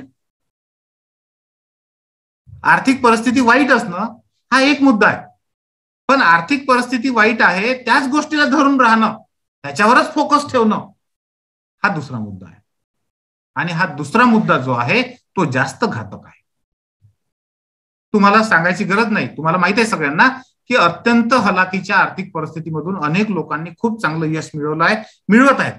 अगदी तुम्ही PSI पासून IAS पर्यंत कोणतीही परीक्षा घ्या आणि दरवर्षी त्याचे निकाल बघा, त्याच्यामध्ये तुम्हाला अनेक लोक दिसतील की त्यांची आर्थिक परिस्थिती खरंच खूप हलाखीची आहे, पण त्यांनी ते यश मिळवलंय. आणि आर्थिक परिस्थितीमुळेच अनेक लोक राहिलेले आहेत, परंतु ते आर्थिक परिस्थितीने राहिलेले नाहीये, तर आर्थिक परिस्थितीला त्यांनी धरून ठेवल्यामुळे ते राहिलेले आहेत. आणि हे लोक अनेक लोक ओळखूच शकत नाही, अनेक लोक ओळखू शकत नाही. जर समजा आपण झाडाला धरलं आणि म्हटलं की हे झाड मला सोडतच नाहीये, नाही चालणार, नाही चालणार. फॅक्ट आहे ती फॅक्ट आहे की नाही. मग आपल्याला पहिल्यांदा हे समजावं लागेल की आपला नेमका प्रॉब्लेम काय आहे. जर फक्त आर्थिक परिस्थिती खराब आहे हा प्रॉब्लेम असेल, त्याच्यावरचे हजारो सोल्युशन तुम्हाला मिळतील. आणि जर का आर्थिक परिस्थिती खराब आहे त्याला मी धरून ठेवत आहे, त्याच्यावरचं सोल्युशन मिळणं फार अवघड आहे, फार अवघड आहे. पण बहुतेक वेळा आपल्याला उलट वाटतं, आपल्याला वाटतं की नाही हे लवकर जाईल, हे लवकर जात नाही, लवकर नाही जात. मित्रांनो, त्याच्यानंतरचा मुद्दा, आता थोडासा वेळ आपल्याकडे कमी आहे म्हणून जरा फास्ट जातोय आपण. नंतरचा मुद्दा आहे अनेक लोकांचा अभ्यासाचा जो पाया असतो, जसं मी मगाशी सांगितलं होतं अभ्यासातली गती चांगली असणं हा स्ट्रॉंग पॉईंट आहे, तसं अभ्यासाचा पायाच कमजोर असतो अनेक लोकांचा, आणि तो तुमचा निगेटिव्ह पॉईंट, वीक पॉईंट होऊ शकतो. अभ्यासातला पाया कच्चा असतो म्हणजे काय, अनेक लोकांना भाषेमध्ये, लँग्वेजेसमध्ये प्रॉब्लेम राहतात, अनेक लोकांना गणितामध्ये प्रॉब्लेम असतात. आता गणितामध्ये प्रॉब्लेम हा काही आपला मोठासा मुद्दा होऊ शकत नाही. अनेक लोकांना काय वाटतं की माझी इंग्लिश वीक आहे, ऍक्च्युअली इंग्लिशचा उपयोग खूप कमी होतो, पण ते इंग्लिश वीक आहे याला धरून राहतात. की मी रोज अनेक विद्यार्थ्यांशी बोलतो तेव्हा मला जाणवलेले मुद्दे आहेत सगळे, मी एकदम प्रॅक्टिकल तुम्हाला सांगतोय. म्हणजे ह्या अशा पद्धतीचे वर्कशॉप अनेक हजारो रुपये फी भरून मी स्वतः केलेले आहेत, मी स्वतः कंडक्ट करतो. हे तुमच्यासाठी खूप चांगली संधी आहे, तुम्ही ते व्यवस्थितपणे जर केलं तर तुम्हाला प्रचंड त्याचा फायदा आहे. तर मग असा अभ्यासातला जो तुमचं जे बेसिक आहे ते कच्चं आहे का, कोणत्या विषयातलं आहे हे तुम्हाला जर माहित असेल, हा वीक पॉईंट जर तुमचा असेल तर तो त्या ठिकाणी लिहा, आणि त्या ठिकाणी लिहा की हा विषय आहे, हा विषय आहे, त्याच्यामध्ये हे माझे पॉईंट आहे. मग त्याच्यावर आपल्याला काम करता येतं आणि त्याला सहज ओव्हरकम करता येतं, फार काही मोठी गोष्ट नाही. त्यानंतर मित्रांनो, दुसरा वीक पॉईंट असू शकतो की जबाबदारी. आपल्यापैकी अनेक लोकांवर कमी वयामध्ये खूप मोठ्या मोठ्या जबाबदाऱ्या येतात, आणि तरी त्यांची इच्छाशक्ती जबरदस्त असते, पण ह्या जबाबदाऱ्या अनेकदा त्याला तोंडच वर काढू देत नाही. असं काही लोकांच्या बाबतीमध्ये असू शकतं. पण हे जर तुम्हाला माहित असेल तर तुम्ही त्याचं व्यवस्थापन बरोबर करू शकता. छोट्या छोट्या गोष्टी असतात, पण त्या जर का आपल्या लक्षात आल्या तर ह्या जबाबदाऱ्यांचं व्यवस्थापन जे आहे ते व्यवस्थापन आपल्याला प्रॉपर करता येतं. उदाहरण तुम्हाला सांगतो, सांगायला नाही पाहिजे पण सांगतो, वैयक्तिक आहे म्हणून सांगतो, दुसऱ्याचं असतं तर सांगितलं नसतं. मी जेव्हा 12वी झालो, 12वी झाल्यानंतर डीएड करायचं, म्हणजे मला माझ्या वडिलांची इच्छा होती की आपण पुढे शिकलं पाहिजे. आणि मला जे बाकीचे लोक सांगायचे ते असं सांगायचे की नाही, तू जर बाकीच्या याला काही शिकायला गेला ना तर तुझे जे मागचे भाऊ आहेत ते पुढे शिकूच शकणार नाही, जबाबदारी आहे तुझ्यावर, तू मोठा असल्यामुळे तुझ्यावरती जबाबदारी आहे. आता ऍक्च्युअल मध्ये ते बरोबर होतं. त्यावेळेस मी तो निर्णय, ह्या लोकांच्या सांगण्यावरून डीएडला जाण्याचा निर्णय घेतला. परंतु ऍक्च्युअल मध्ये हा जर मुद्दा मला त्यावेळेस लक्षात आला असता की ह्याच्यामध्ये काही अर्थ नाहीये, तुम्ही जर टेक्निकली ते पाहायला गेलं तर त्याच्यामध्ये तसा काही अर्थ नाही, जबाबदारी आहे पण त्या जबाबदारीचं व्यवस्थापन तुम्ही करू शकता, आणि तुम्ही तिकडे गेलं म्हणूनच खरोखर त्याच्यावर फरक पडतो अशातला काही भाग नाही. म्हणजे हे माझं वैयक्तिक उदाहरण मी शॉर्टमध्ये तुम्हाला द्यायचा प्रयत्न केलाय. अशा पद्धतीने तुमच्यापैकी काही लोकांवर अशी काही विशिष्ट जबाबदारी असेल तर त्या जबाबदारीच्या ओझ्याखाली तुम्हाला दडपून जाण्याची गरज नाही, तुम्हाला त्याचं प्रॉपर मॅनेजमेंट करता येतं, आणि तुम्हाला दोन्ही गोष्टी साधता पण येतात. त्याचा एक सुवर्णमध्य म्हणू आपण त्याला, तो सुवर्णमध्य पण आपण काढू शकतो. तो कसा काढायचा, तो कशा पद्धतीने आपण काढू शकतो ते मी तुम्हाला त्या ठिकाणी सांगणार आहे, पण त्याची जाणीव आपल्याला असली पाहिजे. त्याच्यानंतर एज, जसं मी मगाशी म्हटलं होतं, काही लोकांसाठी एज प्लस पॉईंट असू शकतो, काही लोकांसाठी मायनस पॉईंट. जे मायनस पॉईंट आहे त्यांनी इथं एजचा उल्लेख पण करा, येस सर हा माझा मायनस पॉईंट आहे. मित्रांनो, अतिशय महत्वाचं सेशन आहे. मी रेकॉर्डिंग केलं की नाही मला माहित नाही, पण चालू आहे रेकॉर्डिंग. ओके, ठीक आहे, चांगली गोष्ट आहे, कारण बरेचदा मी विसरून जात असतो रेकॉर्डिंग करायला, आणि मग आपल्या अनेक मुलांना ते देता येत नाही आपल्याला.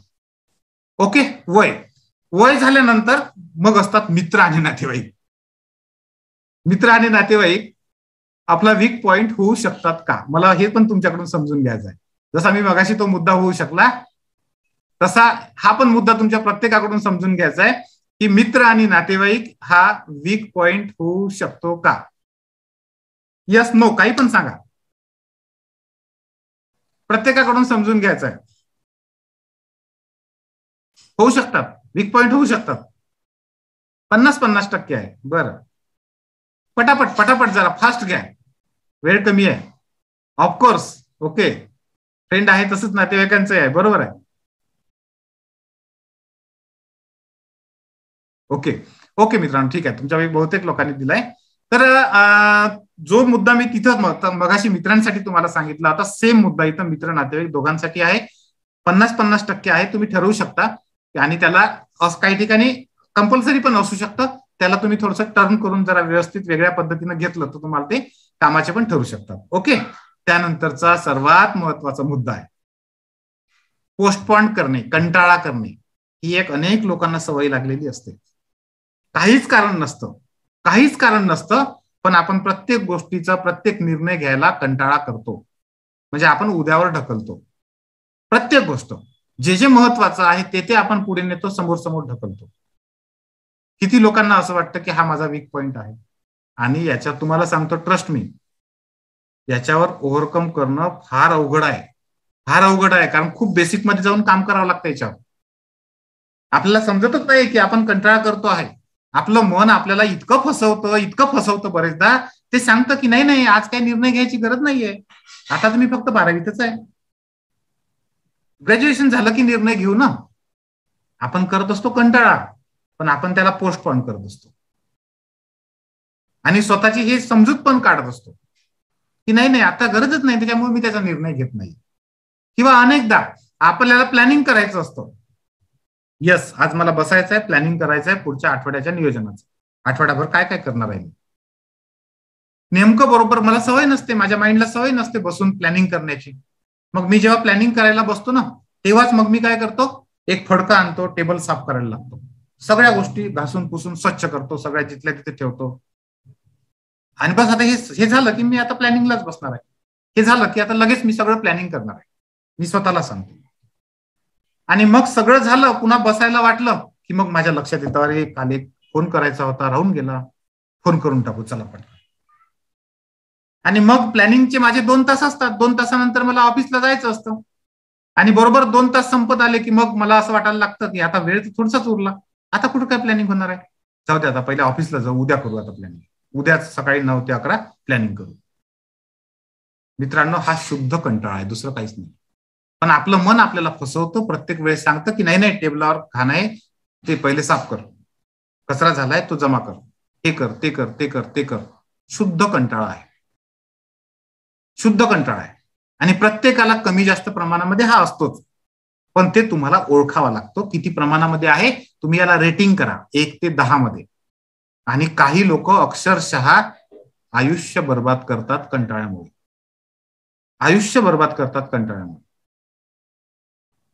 मी तुम्हाला असे लोक दाखवतो, सगळ्या गोष्टी पॉझिटिव्ह आहेत, हुशार नाहीत का, हुशार पण आहेत, मोटिवेशन आहे, परिस्थिती अनुकूल नाही का, परिस्थिती पण अनुकूल आहे, फक्त कंटाळा. जबरदस्त सवय आहे, इतकी हॅबिट जबरदस्त आहे की तुम्हाला स्वतः फसवत राहते पण तुम्हाला समजत नाही. आता तुम्ही ठरवा की हा कंटाळा आपल्याला आहे का. तुम्हाला थोडंसं मागं जावं लागेल, वीक पॉइंट आपला होऊ शकतो का, कितपत होऊ शकतो, 10, 8, 9, 7, 5, 4, 3, तुम्ही तुमचं रेटिंग करू शकता याला, आहे ना. कसं, आता मला आपण 2 पॉइंट केले आहे, 2 पॉइंट बाकी आहे. आता मला तुमच्याकडून हे समजून घ्यायचं आहे की किती लोकांना हे स्वोट अनालिसिस इंटरेस्टिंग वाटते आहे.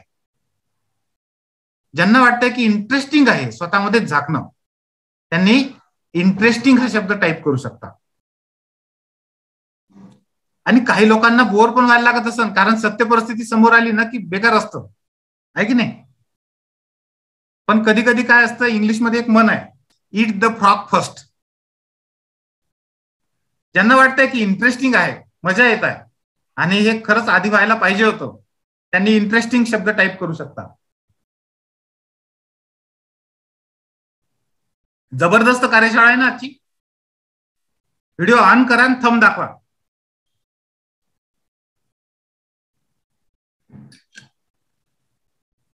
जबरदस्त आहे ना. यस.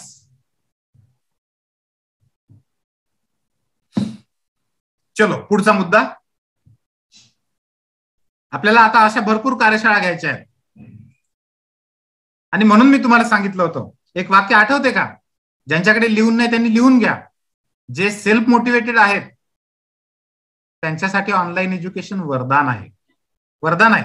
मला सांगा, हीच कार्यशाळा जर तुम्हाला पुण्यामध्ये येऊन करायची असती, ज्याला 3,000, 4,000, 5,000 फीज असते, 3-4 तासासाठीची असते, अनेक लोकांना येऊन राहावं लागतं, राहण्याचा, जेवणाचा, जाण्या येण्याचा खर्च वेगळा, तर किती लोक तुमच्यापैकी पॉसिबल असतं हे करायला? नसतं पॉसिबल. पण ही घरी बसून फ्री मध्ये मिळू शकत आहे आपल्याला. मग ऑनलाईन एज्युकेशन हे वरदान नाही होऊ शकत का? अशा अनेक गोष्टी मिळवायचं आहे, काही एकच गोष्ट नाहीये, आहे की नाही? ओके मित्रांनो, पुढचा मुद्दा फार महत्वाचा आहे, अपॉर्च्युनिटी, संधी. आपल्याला कुठल्याही गोष्टीमध्ये कुठल्या कुठल्या संधी अवेलेबल आहेत ते आपल्याला कळलं पाहिजे. जर संधी समोर असून पण आपल्याला त्या दिसल्या नाही तर आपल्याला त्या अक्वायर करता येत नाही, मिळवता येत नाही. मग ह्या एमपीएससी युपीएससीच्या अभ्यासामध्ये तुम्हाला कुठल्या कुठल्या अपॉर्च्युनिटीज आहेत. आता मी हे पद, पैसा, प्रतिष्ठा, आपल्याला पोस्ट मिळाली की हे सगळं मिळतं म्हणून त्याचा विचार करण्याची गरज नाहीये तुम्हाला, ते सोडून द्या. हे एक त्याचं बेनिफिट आहे, ते आहेच, ती अपॉर्च्युनिटी आहे, ती आहेच. पण त्याच्या व्यतिरिक्त काय? त्याच्या व्यतिरिक्त मी इथं एक शब्द लिहिलाय, सर्कल. हे सर्कल काय आहे? कोणी अंदाज करू शकता? या सर्कल म्हणजे काय?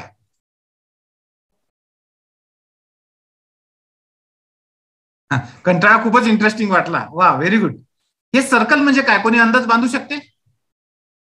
मी स्वतः या सिच्युएशन मधून गेलेलो आहे म्हणून तुम्हाला सांगतोय मित्रांनो, हे सर्कल म्हणजे लोकांचं सर्कल असतं.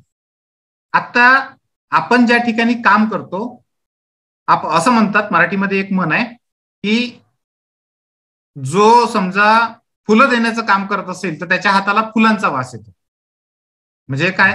म्हणजे आपण ज्या पद्धतीचं काम करतो त्या पद्धतीचे लोक आपल्या भोवताल जमा होतात, तसं सर्कल आपलं स्वतःचं तयार होतं.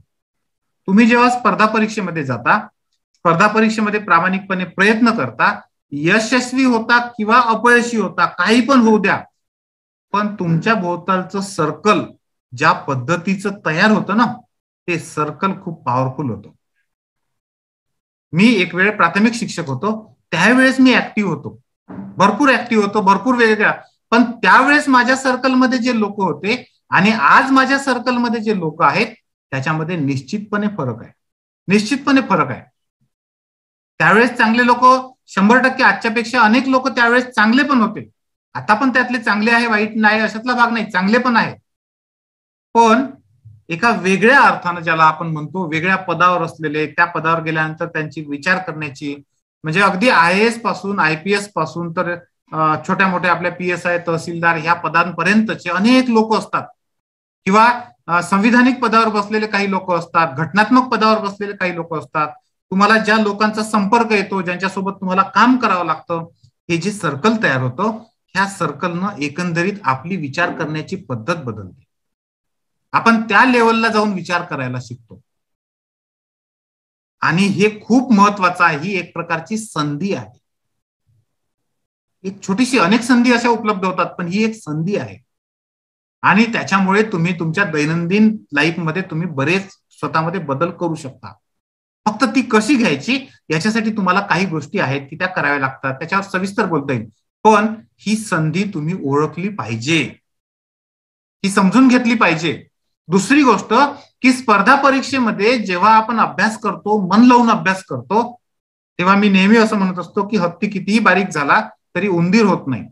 तसं स्पर्धा परीक्षेचा अभ्यास जर एखाद्याने मन लावून केला, व्यवस्थित केला ना, तर त्याच्यासाठी एवढे करिअरचे ऑप्शन खुले होतात, प्रचंड करिअरचे ऑप्शन खुले होतात. त्याच्यामध्ये पत्रकारिता ऑप्शन आहे. तुम्हाला पत्रकारितेमध्ये यशस्वी झालेले अनेक लोक असे दिसतील की ज्यांनी सुरुवातीला स्पर्धा परीक्षांचा अभ्यास चांगला केला आणि त्याचा उपयोग त्यांना प्रचंड पत्रकारितेमध्ये झाला. कारण काय, पत्रकारितेमध्ये अनेक वेगवेगळे विषय तुम्हाला येतात रोज, आणि स्पर्धा परीक्षेमध्ये सुद्धा अनेक वेगवेगळे विषय येतात. नंतर फायनान्स हे सुद्धा सेक्टर फार महत्वाचं. आपल्यापैकी अनेक लोकांना असं वाटतं की कॉमर्स असन, CA असन तर फायनान्समध्ये काम करू शकतो. अजिबात नाही. तुम्हाला जर का स्पर्धा परीक्षेतलं इकॉनॉमिक्स व्यवस्थित समजलं तर तुम्ही फायनान्स सेक्टरमध्ये स्वतःचं करिअर चांगलं घडवू शकता. आपल्याकडे अश्विन सोरते आपले विद्यार्थी आहेत, शिक्षक पण आहेत. आपल्याकडे ज्ञानज्योतीमध्ये विद्यार्थी म्हणून केलं, नंतर शिक्षक म्हणून केलंय. आज त्यांचे जर पर्सनल प्रॉब्लेम होता, फिजिकल प्रॉब्लेम होता त्यांचा, तर त्याच्यामुळे त्यांना इकडे पुढे नाही जाता आलं. पण फायनान्शियल सेक्टरमध्ये त्यांनी अतिशय अभिमानास्पद कामगिरी केली आहे, करत आहेत. आज अनेक आपल्या देशातले, इतर देशातले अनेक लोक त्यांचं मार्गदर्शन घेतात, त्यांचं माहिती घेतात, त्यांचे गायडन्स घेतात स्वतःच्या फायनान्शियल प्लॅनिंगसाठीचं. त्यांचं बॅकग्राऊंड काय आहे? इंजिनिअरिंग आहे. पण स्पर्धा, आणि आपल्या याच्यावर एक त्यांचा व्हिडिओ पण आहे, तुम्ही बघा. ज्ञानज्योती एज्युकेशनच्या युट्यूब चॅनलला जा आणि त्या ठिकाणी बघा, तो व्हिडिओ मी टाकलेला आहे. त्यांची मुलाखत घेतली होती मागच्या वर्षी, अश्विन सोरते, आणि त्यांनी सांगितलंय त्याच्यामध्ये स्पष्ट की स्पर्धा परीक्षेच्या काळात मी केलेला अभ्यास हा माझ्या ह्या व्यावसायिक यशाचा पाया ठरला आहे. बघा तुम्ही नसेल तर व्यवस्थित. त्यानंतर कृषी सारखं क्षेत्र आहे, शेअर मार्केट आहे. तुम्हाला आता अक्षय भिसेंचं उदाहरण माहित आहे काल परवाचं, की त्यांनी स्पर्धा परीक्षेचा अभ्यास करत होते, नाही कारणास्तव काही झालं. शेअर मार्केटमध्ये आज किती मोठ्या प्रमाणात काम करतायत, वेगवेगळ्या संधी. काल परवा पुण्यातला जो ऑफलाईन कार्यक्रम झाला त्याच्यामध्ये त्यांचा सत्कार वगैरे झाला आयोगाच्या सदस्यांच्या मार्फत. ही करिअरच्या संधीच आहे. राजकीय सेवा हे कशासाठी लिहिलंय? पॉलिटिक्समध्ये जाण्यासाठी नाही लिहिलंय. पॉलिटिक्स ते होऊ शकतं, ते तुमच्यावर आहे, पण पॉलिटिक्स सोडून द्या. पण ह्या पॉलिटिकल लोकांना ज्या सर्व्हिसेस पाहिजे असतात, त्याच्यासाठी त्यांना ज्या पर्सनॅलिटीज पाहिजे असतात, त्याच्यामध्ये स्पर्धा परीक्षेचा अभ्यास झालेल्या लोकांना खूप जास्त महत्व आहे. कारण जेव्हा डेप्थला जाऊन तुम्ही अभ्यास करता, तेवढ्या डेप्थचे लोक यांच्या कार्यकर्त्यांमध्ये यांना कधीच भेटत नाही, जन्मभरात भेटणार नाही. आणि त्याच्यामुळं तुमच्यासाठी ते पण एक मोठं करिअरचं क्षेत्र आहे. मी फक्त तुम्हाला जस्ट काही संधी सांगतोय, याच्यात खूप डिटेल सांगण्यासारखं आहे. एका सेक्टरवर 3-3 तास मी तुम्हाला सांगू शकतो माहिती. एवढे वेगवेगळे रेफरन्स पॉईंट देऊ शकतो, बोलू शकतो, संधी तुम्हाला सांगू शकतो. परंतु मी तुम्हाला फक्त याच्यासाठी सांगतोय की एवढ्या प्रचंड संधी आहेत, म्हणून तुम्ही 3 कामं करायची आहेत. पहिल्यांदा जर तुमच्या मनामध्ये मरगळ असेल, कन्फ्युजन असेल, तर असं जमा करा, उचला आणि फेकून द्या. आगीत टाका त्याला, कुठं फेकून द्या. अजिबात कन्फ्युजन ठेवू नका. दुसरं असं की मी आता जसं स्वॉट अनालिसिस केलेलं आपण सांगितलंय, तशा पद्धतीने स्वॉट अनालिसिस करा आणि जे काही वीक पॉईंट आहे त्याच्यावर काम करायला, फास्ट काम करायला सुरुवात करा. स्ट्रॉंग पॉईंट साठी स्वतःची स्ट्रॅटेजी ठरवा. आणि तिसरं काम हे करत असताना जर कुठं थांबले तर अजिबात थांबू नका. मी माझा नंबर दिलेला आहे, आपले सगळे या ठिकाणी डिटेल्स तुम्हाला दिलेले आहे, लगेच संपर्क करा. मी तुम्हाला एवढं खात्रीनं सांगतो की मी प्रत्येक गोष्टीचं सोल्युशन तुम्हाला देऊ शकेल असं नाही, पण ते सोल्युशन तुम्ही कसं मिळवू शकता हे मात्र तुम्हाला 100% सांगू शकतो. त्याच्यामुळे हे 3 कामं तुमच्यासाठी फार महत्वाचे आहे. आता मित्रांनो, सर्वात महत्वाचा शेवटचा मुद्दा राहिलाय, तो म्हणजे धोके. प्रत्येक प्रोसेसमध्ये काही ना काही धोके असतात. माणूस जन्माला येतो तेव्हा मृत्यूचा धोका घेऊनच येतो. जन्माला आला की तो कधीतरी मरणार असतो. हा मृत्यूचा धोका सर्वात मोठा धोका असतो, जो आपण सोबत घेऊनच येतो. पण प्रत्येक प्रोसेसमध्ये, प्रत्येक गोष्टीमध्ये जे धोके असतात, ते धोके जर का आपल्याला ओळखता आले, मी मगाशी तुम्हाला सांगितलं होतं की टर्निंग पॉइंट आहे रस्त्यावरचा, आणि जर माहित असेल आपल्याला की इथे जर व्यवस्थित टर्न झालो नाही तर आपण खाली खाईत जाऊ शकतो, तर आपल्याला आपला अपघात वाचू शकतो. पण जर माहीतच नसेल, तो धोका तुम्हाला ओळखताच नाही आला, तर ऍक्सिडेंट होण्याची शक्यता असते. हा ऍक्सिडेंट जर टाळायचा असेल तर ह्या प्रोसेसमध्ये आपले काय काय धोके आहेत आणि ते कसे आपण दूर करू शकतो ते आपण ठरवलं पाहिजे. मग याच्यामध्ये उदाहरणार्थ काही वय हा पण एक धोका पण होऊ शकतो. स्ट्रॉंग पॉइंट, वीक पॉइंट आणि धोका पण होऊ शकतो. मग हा धोका काय होऊ शकतो? तर ज्यांच्याकडे वय कमी आहे, म्हणजे 1 वर्ष आहे, 2 वर्ष आहे, त्या लोकांनी प्रेफरन्सेस ठरवताना फार काळजीपूर्वक ठरवायचे. मी असं म्हणेन की जर शक्य असेल तर सगळे प्रेफरन्स बाजूला ठेवा. जर तुमच्याकडे वय कमी आहे तर 100% त्यालाच तुमचं एनर्जी, तुमचा वेळ सगळं तुम्ही दिलं पाहिजे. पण जर तुमच्याकडे प्लस पॉईंट आहे, वय हा प्लस पॉईंट आहे, तर मग तुमच्यासाठी हा मुद्दा नाही. पुन्हा तेच सगळे मुद्दे तुम्हाला लागू होणार नाही आणि याच्या व्यतिरिक्तचे काही मुद्दे पण तुम्हाला लागू होतील, ते तुम्हाला लिहायचे. दुसरं, अव्यवस्थितपणा, म्हणजे सिस्टमॅटिक पद्धतीनं न करणं. तुम्ही स्पर्धा परीक्षेमध्ये ह्या सगळ्या चांगल्या गोष्टी मी तुम्हाला सांगितल्या आहेत, पण लक्षात ठेवा, जर तुम्ही सिस्टमॅटिक पद्धतीने गेला नाहीत, तुम्हाला योग्य गायडन्स नाही आणि तुम्ही ऑर्गनाइज पद्धतीने काम केलं नाही, फेल्युअर तुमची वाट पाहत आहे. If you fail to plan, you plan to fail. आणि म्हणून सिस्टमॅटिकपणा असणं फार महत्वाचं आहे. व्यवस्थितपणा, जे काही करतो आहे त्याच्यामध्ये व्यवस्थितपणा, माझा भर सगळा त्याच्यावर असतो. त्याच्यामुळं अनेक लोक ज्यांना खरोखर करायचं नव्हतं पण ते करायचंय असं सोंग करत होते, असे अनेक लोकांना मला दूर करावं लागेल. जे स्वतःच्या ध्येयाशी, स्वतःच्या कामाशी प्रामाणिक नाही, ते कोणासोबतच प्रामाणिक राहू शकत नाही. आणि म्हणून तुम्हाला हे सिस्टमॅटिक पद्धतीनं करणं हे खूप आवश्यक आहे. जर तुमच्याकडे अव्यवस्थितपणा असेल, जर तुम्हाला गोंधळपणा असेल तुमच्या कामांमध्ये, सुसंगतपणा नसेल, सिस्टमॅटिकपणा नसेल, ऑर्गनाइज पद्धतीने तुम्ही काम करत नसाल, तर हा मोठा धोका आहे. मी पहिल्यांदा असंच काम करायचो आणि मग माझी बायको मला ओरडायची, काय पसारा करून ठेवला. मग मी गमतीनं म्हणायचो, कारण आता हा माझा पसारा नाही, हा माझा पिसारा आहे म्हणायचो. हा माझा पसारा नाही, हा माझा पिसारा आहे. पण माझ्या हळूहळू लक्षात आलं की हा पसारा जीवघेणा ठरू शकतो जर तुम्ही व्यवस्थित नाही ठेवला तर.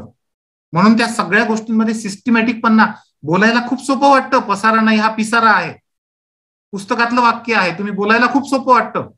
पण जर का तुम्ही व्यवस्थित पद्धतीनं नाही केलं, सिस्टमॅटिक पद्धतीनं नाही केलं, तर त्याची खूप मोठी किंमत आपल्याला चुकवावी लागते.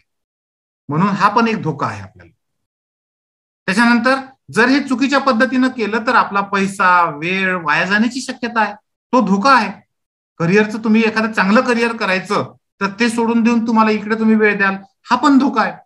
परंतु हे सगळे धोके कधी आहे, जेव्हा तुम्ही चुकीच्या पद्धतीनं करता, अयोग्य पद्धतीनं करता तेव्हा. आणि योग्य पद्धत काय आहे ती तुम्हाला मी सांगितलेली आहे. याच्या समोरचं काम तुमचं आहे, बरोबर आहे की नाही. आता मला सांगा, आता बऱ्यापैकी आपला याचा जो पार्ट आहे थोडासा राहिलाय, पण त्याच्या आधी मी हे थोडं थांबवतो. आता मला सांगा, हे धोके पण ओळखणं महत्वाचं आहे की नाही. किती लोकांना वाटतं की हे धोके ओळखणं गरजेचं आहे. It's very very very important. म्हणून मी पहिल्या याच्यामध्ये लाल अक्षरात लिहिलं बघा, ते पीपीटी बनवताना सांगितलं की हे लाल अक्षरामध्ये टाकायचं धोका. कारण काय, धोका आपल्याला लाल अक्षरामध्ये नेहमी दाखवला जातो, तो दिसला पाहिजे. तो जर दिसला तर आपण त्याला ओव्हरकम करू शकतो, मग पुढे जाऊ शकतो. आणि ह्या धोक्याला ओव्हरकम करून पुढे जाण्याची ज्याच्यामध्ये मनुष्य असते, इच्छाशक्ती असते, तो नेहमी पुढे जातो, आहे की नाही. ओके, योग्य पद्धतीने म्हणजे कशा पद्धतीने करायचं सांगतोय, पण हे स्टेप बाय स्टेप जायचं आहे तुम्हाला. कार्यशाळेची माहिती पण देतोय, डोंट वरी डोंट वरी, थोडं थांबा, धीर धरा, पेशन्स. मी नेहमी सांगत असतो, शिखरावर कधीही गर्दी नसते. मगाशी किती लोक होते, आता किती लोक आहे बघा. तुम्ही काही काळजी करू नका, तुम्ही शिखरावर जसजशी जाल तसतशी गर्दी कमी कमी होत जाणार आहे. तुम्ही अजिबात तुम्ही कॉम्पिटिशनचं टेन्शन घेऊ नका, आहे की नाही. शिखरावर जाताना नेहमीच गर्दी कमी होत असते. ओके, तर मित्रांनो, हा जो सिस्टमॅटिकपणा आहे, कशा पद्धतीने आपण तयारी करायचं, त्याच्यासाठी क्लिअरिटी महत्वाचं आहे. आणि ही क्लिअरिटी मिळवण्यासाठी म्हणजे एमपीएससीतले हे जे वेगवेगळे प्रश्न असतात, म्हणजे हे आपला मेन टॉपिक संपलाय. फक्त तुम्हाला 1, 2 आणि 3 तारखेची जी आपण कार्यशाळा घेतो आहे त्याची मी तुम्हाला 1 मिनिटामध्ये माहिती देतो. ह्या सगळ्या प्रश्नांची माहिती तुम्हाला व्यवस्थित घ्यायची असेल, एमपीएससीचा सक्सेस पासवर्ड काय हे तुम्हाला वेबिनार मध्ये मी सांगितलेलंच आहे. हे तुम्हाला डिटेलमध्ये आता मी सांगत बसणार नाही, हे तुमचं तुम्ही ओळखा. फक्त मला हे तुम्हाला सांगायचं आहे की हे सगळ्या मुद्द्यांची जी कार्यशाळा आहे ती आपण 1, 2 आणि 3 ह्या 3 दिवशी घेतलेली आहे. संध्याकाळी 8 ते 10 ह्या 2 तासामध्ये ती असणार आहे. आणि त्याच्यामध्ये हे जे एमपीएससीतले सगळे पॉइंट मी तुम्हाला म्हटलं, त्याची क्लिअरिटी कशा पद्धतीनं कव्हर करायची, ते सगळे आपण त्या ठिकाणी घेणार आहे. अर्थात तुम्हाला असं वाटत असेल काही लोकांना की हे फ्री आहे का, फ्री नाहीये. त्याला 99 रुपये फी आहे. कारण मोफत ठेवलं तर काय होतं तुम्हालाही माहिती आहे, मलाही माहिती आहे, वेगळं काही सांगायचं काम नाही. मी प्रत्येक वेळेस तेच सांगत असतो म्हणून मी परत सांगत नाही. मात्र ती जी फी आहे, जर ज्यांना वाटलं की 1, 2, 3 तारखेच्या कार्यशाळेमध्ये मला सहभागी व्हायचं आहे, क्लिअरिटी मिळवायची आहे, योग्य पद्धतीनं कसं जायला पाहिजे, त्यात क्लिअरिटी आली पाहिजे, नॉलेज महत्वाचं आहे, तर ही इन्व्हेस्टमेंट 99 रुपयाची तुम्हाला करायची आहे. आणि हे सगळे मुद्देच आहे, हे नाही घेणार आता. हे सगळे शिक्षक लोक आहेत आपले स्ट्रॅटेजीचे, हे पण तुम्हाला सांगणार नाही कारण वेळ थोडा आपला पुढे जातोय. तर याचा स्क्रीनशॉट तुम्ही काढून घ्या. ज्यांना ते करायची आहे ही 1, 2, 3 तारखेची कार्यशाळा, त्यांच्यासाठीचा हा फक्त स्क्रीनशॉट आहे. त्याच्यावर तुम्हाला 99 रुपये पाठवायचे, ते लक्षात राहते, त्या नंबरवरूनच लक्षात राहते, आहे की नाही. त्याच नंबरला तुम्हाला तो स्क्रीनशॉट पाठवायचा आहे. तुमचा ईमेल आयडी आणि तुमचं नाव आणि मोबाईल नंबर हे पण पाठवायचं आहे. तुमच्यापैकी अनेक लोकांनी ऑलरेडी केलेलं आहे, मला माहित आहे, त्यामुळे काही काळजी नाही. ज्यांनी नाही केलेलं आहे ते करू शकतात. माहिती दिली पाहिजे ना, कारण अनेक लोक नवीन असू शकतात, आहे की नाही. अगदी बरोबर आहे. स्क्रीनशॉट काढा आणि स्क्रीनशॉट काढून झाला की मला फक्त यस सांगा, पटकन टाईप करा यस. ज्यांचा स्क्रीनशॉट काढून झालाय त्यांनी पटकन यस टाईप करा, म्हणजे मला हे शेअरिंग थांबवता येईल आणि पुढचा आपल्याला प्रश्न आपण जाऊ शकतो. नाही, संध्याकाळचीच वेळ आहे. 1, 2, 3 तारीख 8 ते 10 संध्याकाळी. हे सगळे प्रश्न एमपीएससी विषयीचे, कशा एमपीएससी काय असते, एमपीएससी कोणते विषय असतात, त्याच्याविषयीची सगळी माहिती त्याच्यामध्ये क्लिअरिटी 3 दिवसामध्ये तुम्हाला देण्याचा प्रयत्न. Clarity is the power. Yes, अगदी बरोबर आहे. Very good. तुम्ही आता शिकले आहे की नाही? Yes, clarity is the power. अगदी बरोबर आहे. ओके, 2 केल्या. Very good, very good. असे पण लोक आहेत. ओके,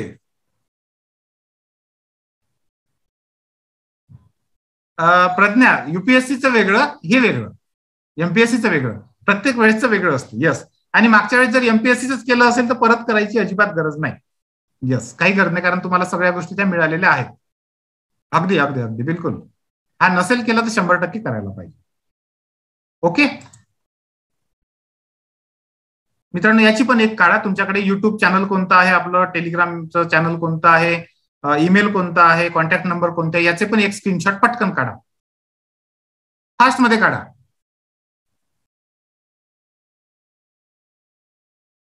युपीएससीची तारीख सांगतो तुला. युपीएससीची तारीख आहे बघ, 10, 11 आणि 12. एका महिन्यात एकच असतं. यस सर, मी एमबीए केलं पण जॉब नाही करत, पण मला एक मिनिट पण मला खूप लो फील होतं because I don't have my on status, so मला IAS. आता हे कोणत्या निगेटिव्ह किंवा पॉझिटिव्ह कोणत्या याच्यामध्ये बसतं ते तुम्ही ठरवा आणि ते स्वोट अनालिसिस करा. तुम्ही जर गुगलचा फॉर्म भरला असेल तर 100% व्यवस्थित ते करा सगळं. गुगलच्या फॉर्मची लिंक नाही मिळाली? ओके, ठीक आहे मित्रांनो, मी खूपदा दिली आहे, पुन्हा एकदा टाकली आता. हे सगळं तुम्हाला ह्या गुगल फॉर्म मध्येच करायचं होतं. हो, डबल लेक्चर केलं तर चालतं, काही प्रॉब्लेम नाही. जर तुम्हाला वाटतं की उपयोगाचं आहे तर आपण ते करू शकतो. एमपीएससीच आहे, 1, 2, 3 एप्रिलला एमपीएससीच आहे, युपीएससीचं नाही. ते वेगळं आहे, हे वेगळं आहे. यस, वर्कशॉप खूप सारे असतात आपले, वेगवेगळे असतात. येस, तुमचं कोणत्या तारखेचं आहे हे महत्वाचं आहे आणि त्या दिवशी पात्र एकच असतो. ओके मित्रांनो, मी आता हे थोडं थांबवतोय. आता आपण तुमचे जे राहिलेले प्रश्न आहेत ते घेऊया. येस, आता तुम्ही तुमच्याकडे जे प्रश्न काढून ठेवले आहेत किंवा तो गुगल फॉर्म भरत असताना काही ठिकाणी तुम्ही भरू नाही शकलात आणि तुम्हाला आता ते विचारायचं आहे, क्लिअर करून घ्यायचं आहे, ते तुम्ही विचारू शकता. आणि अर्थात मी माझा नंबर तुम्हाला दिलेलाच आहे सगळ्यांना.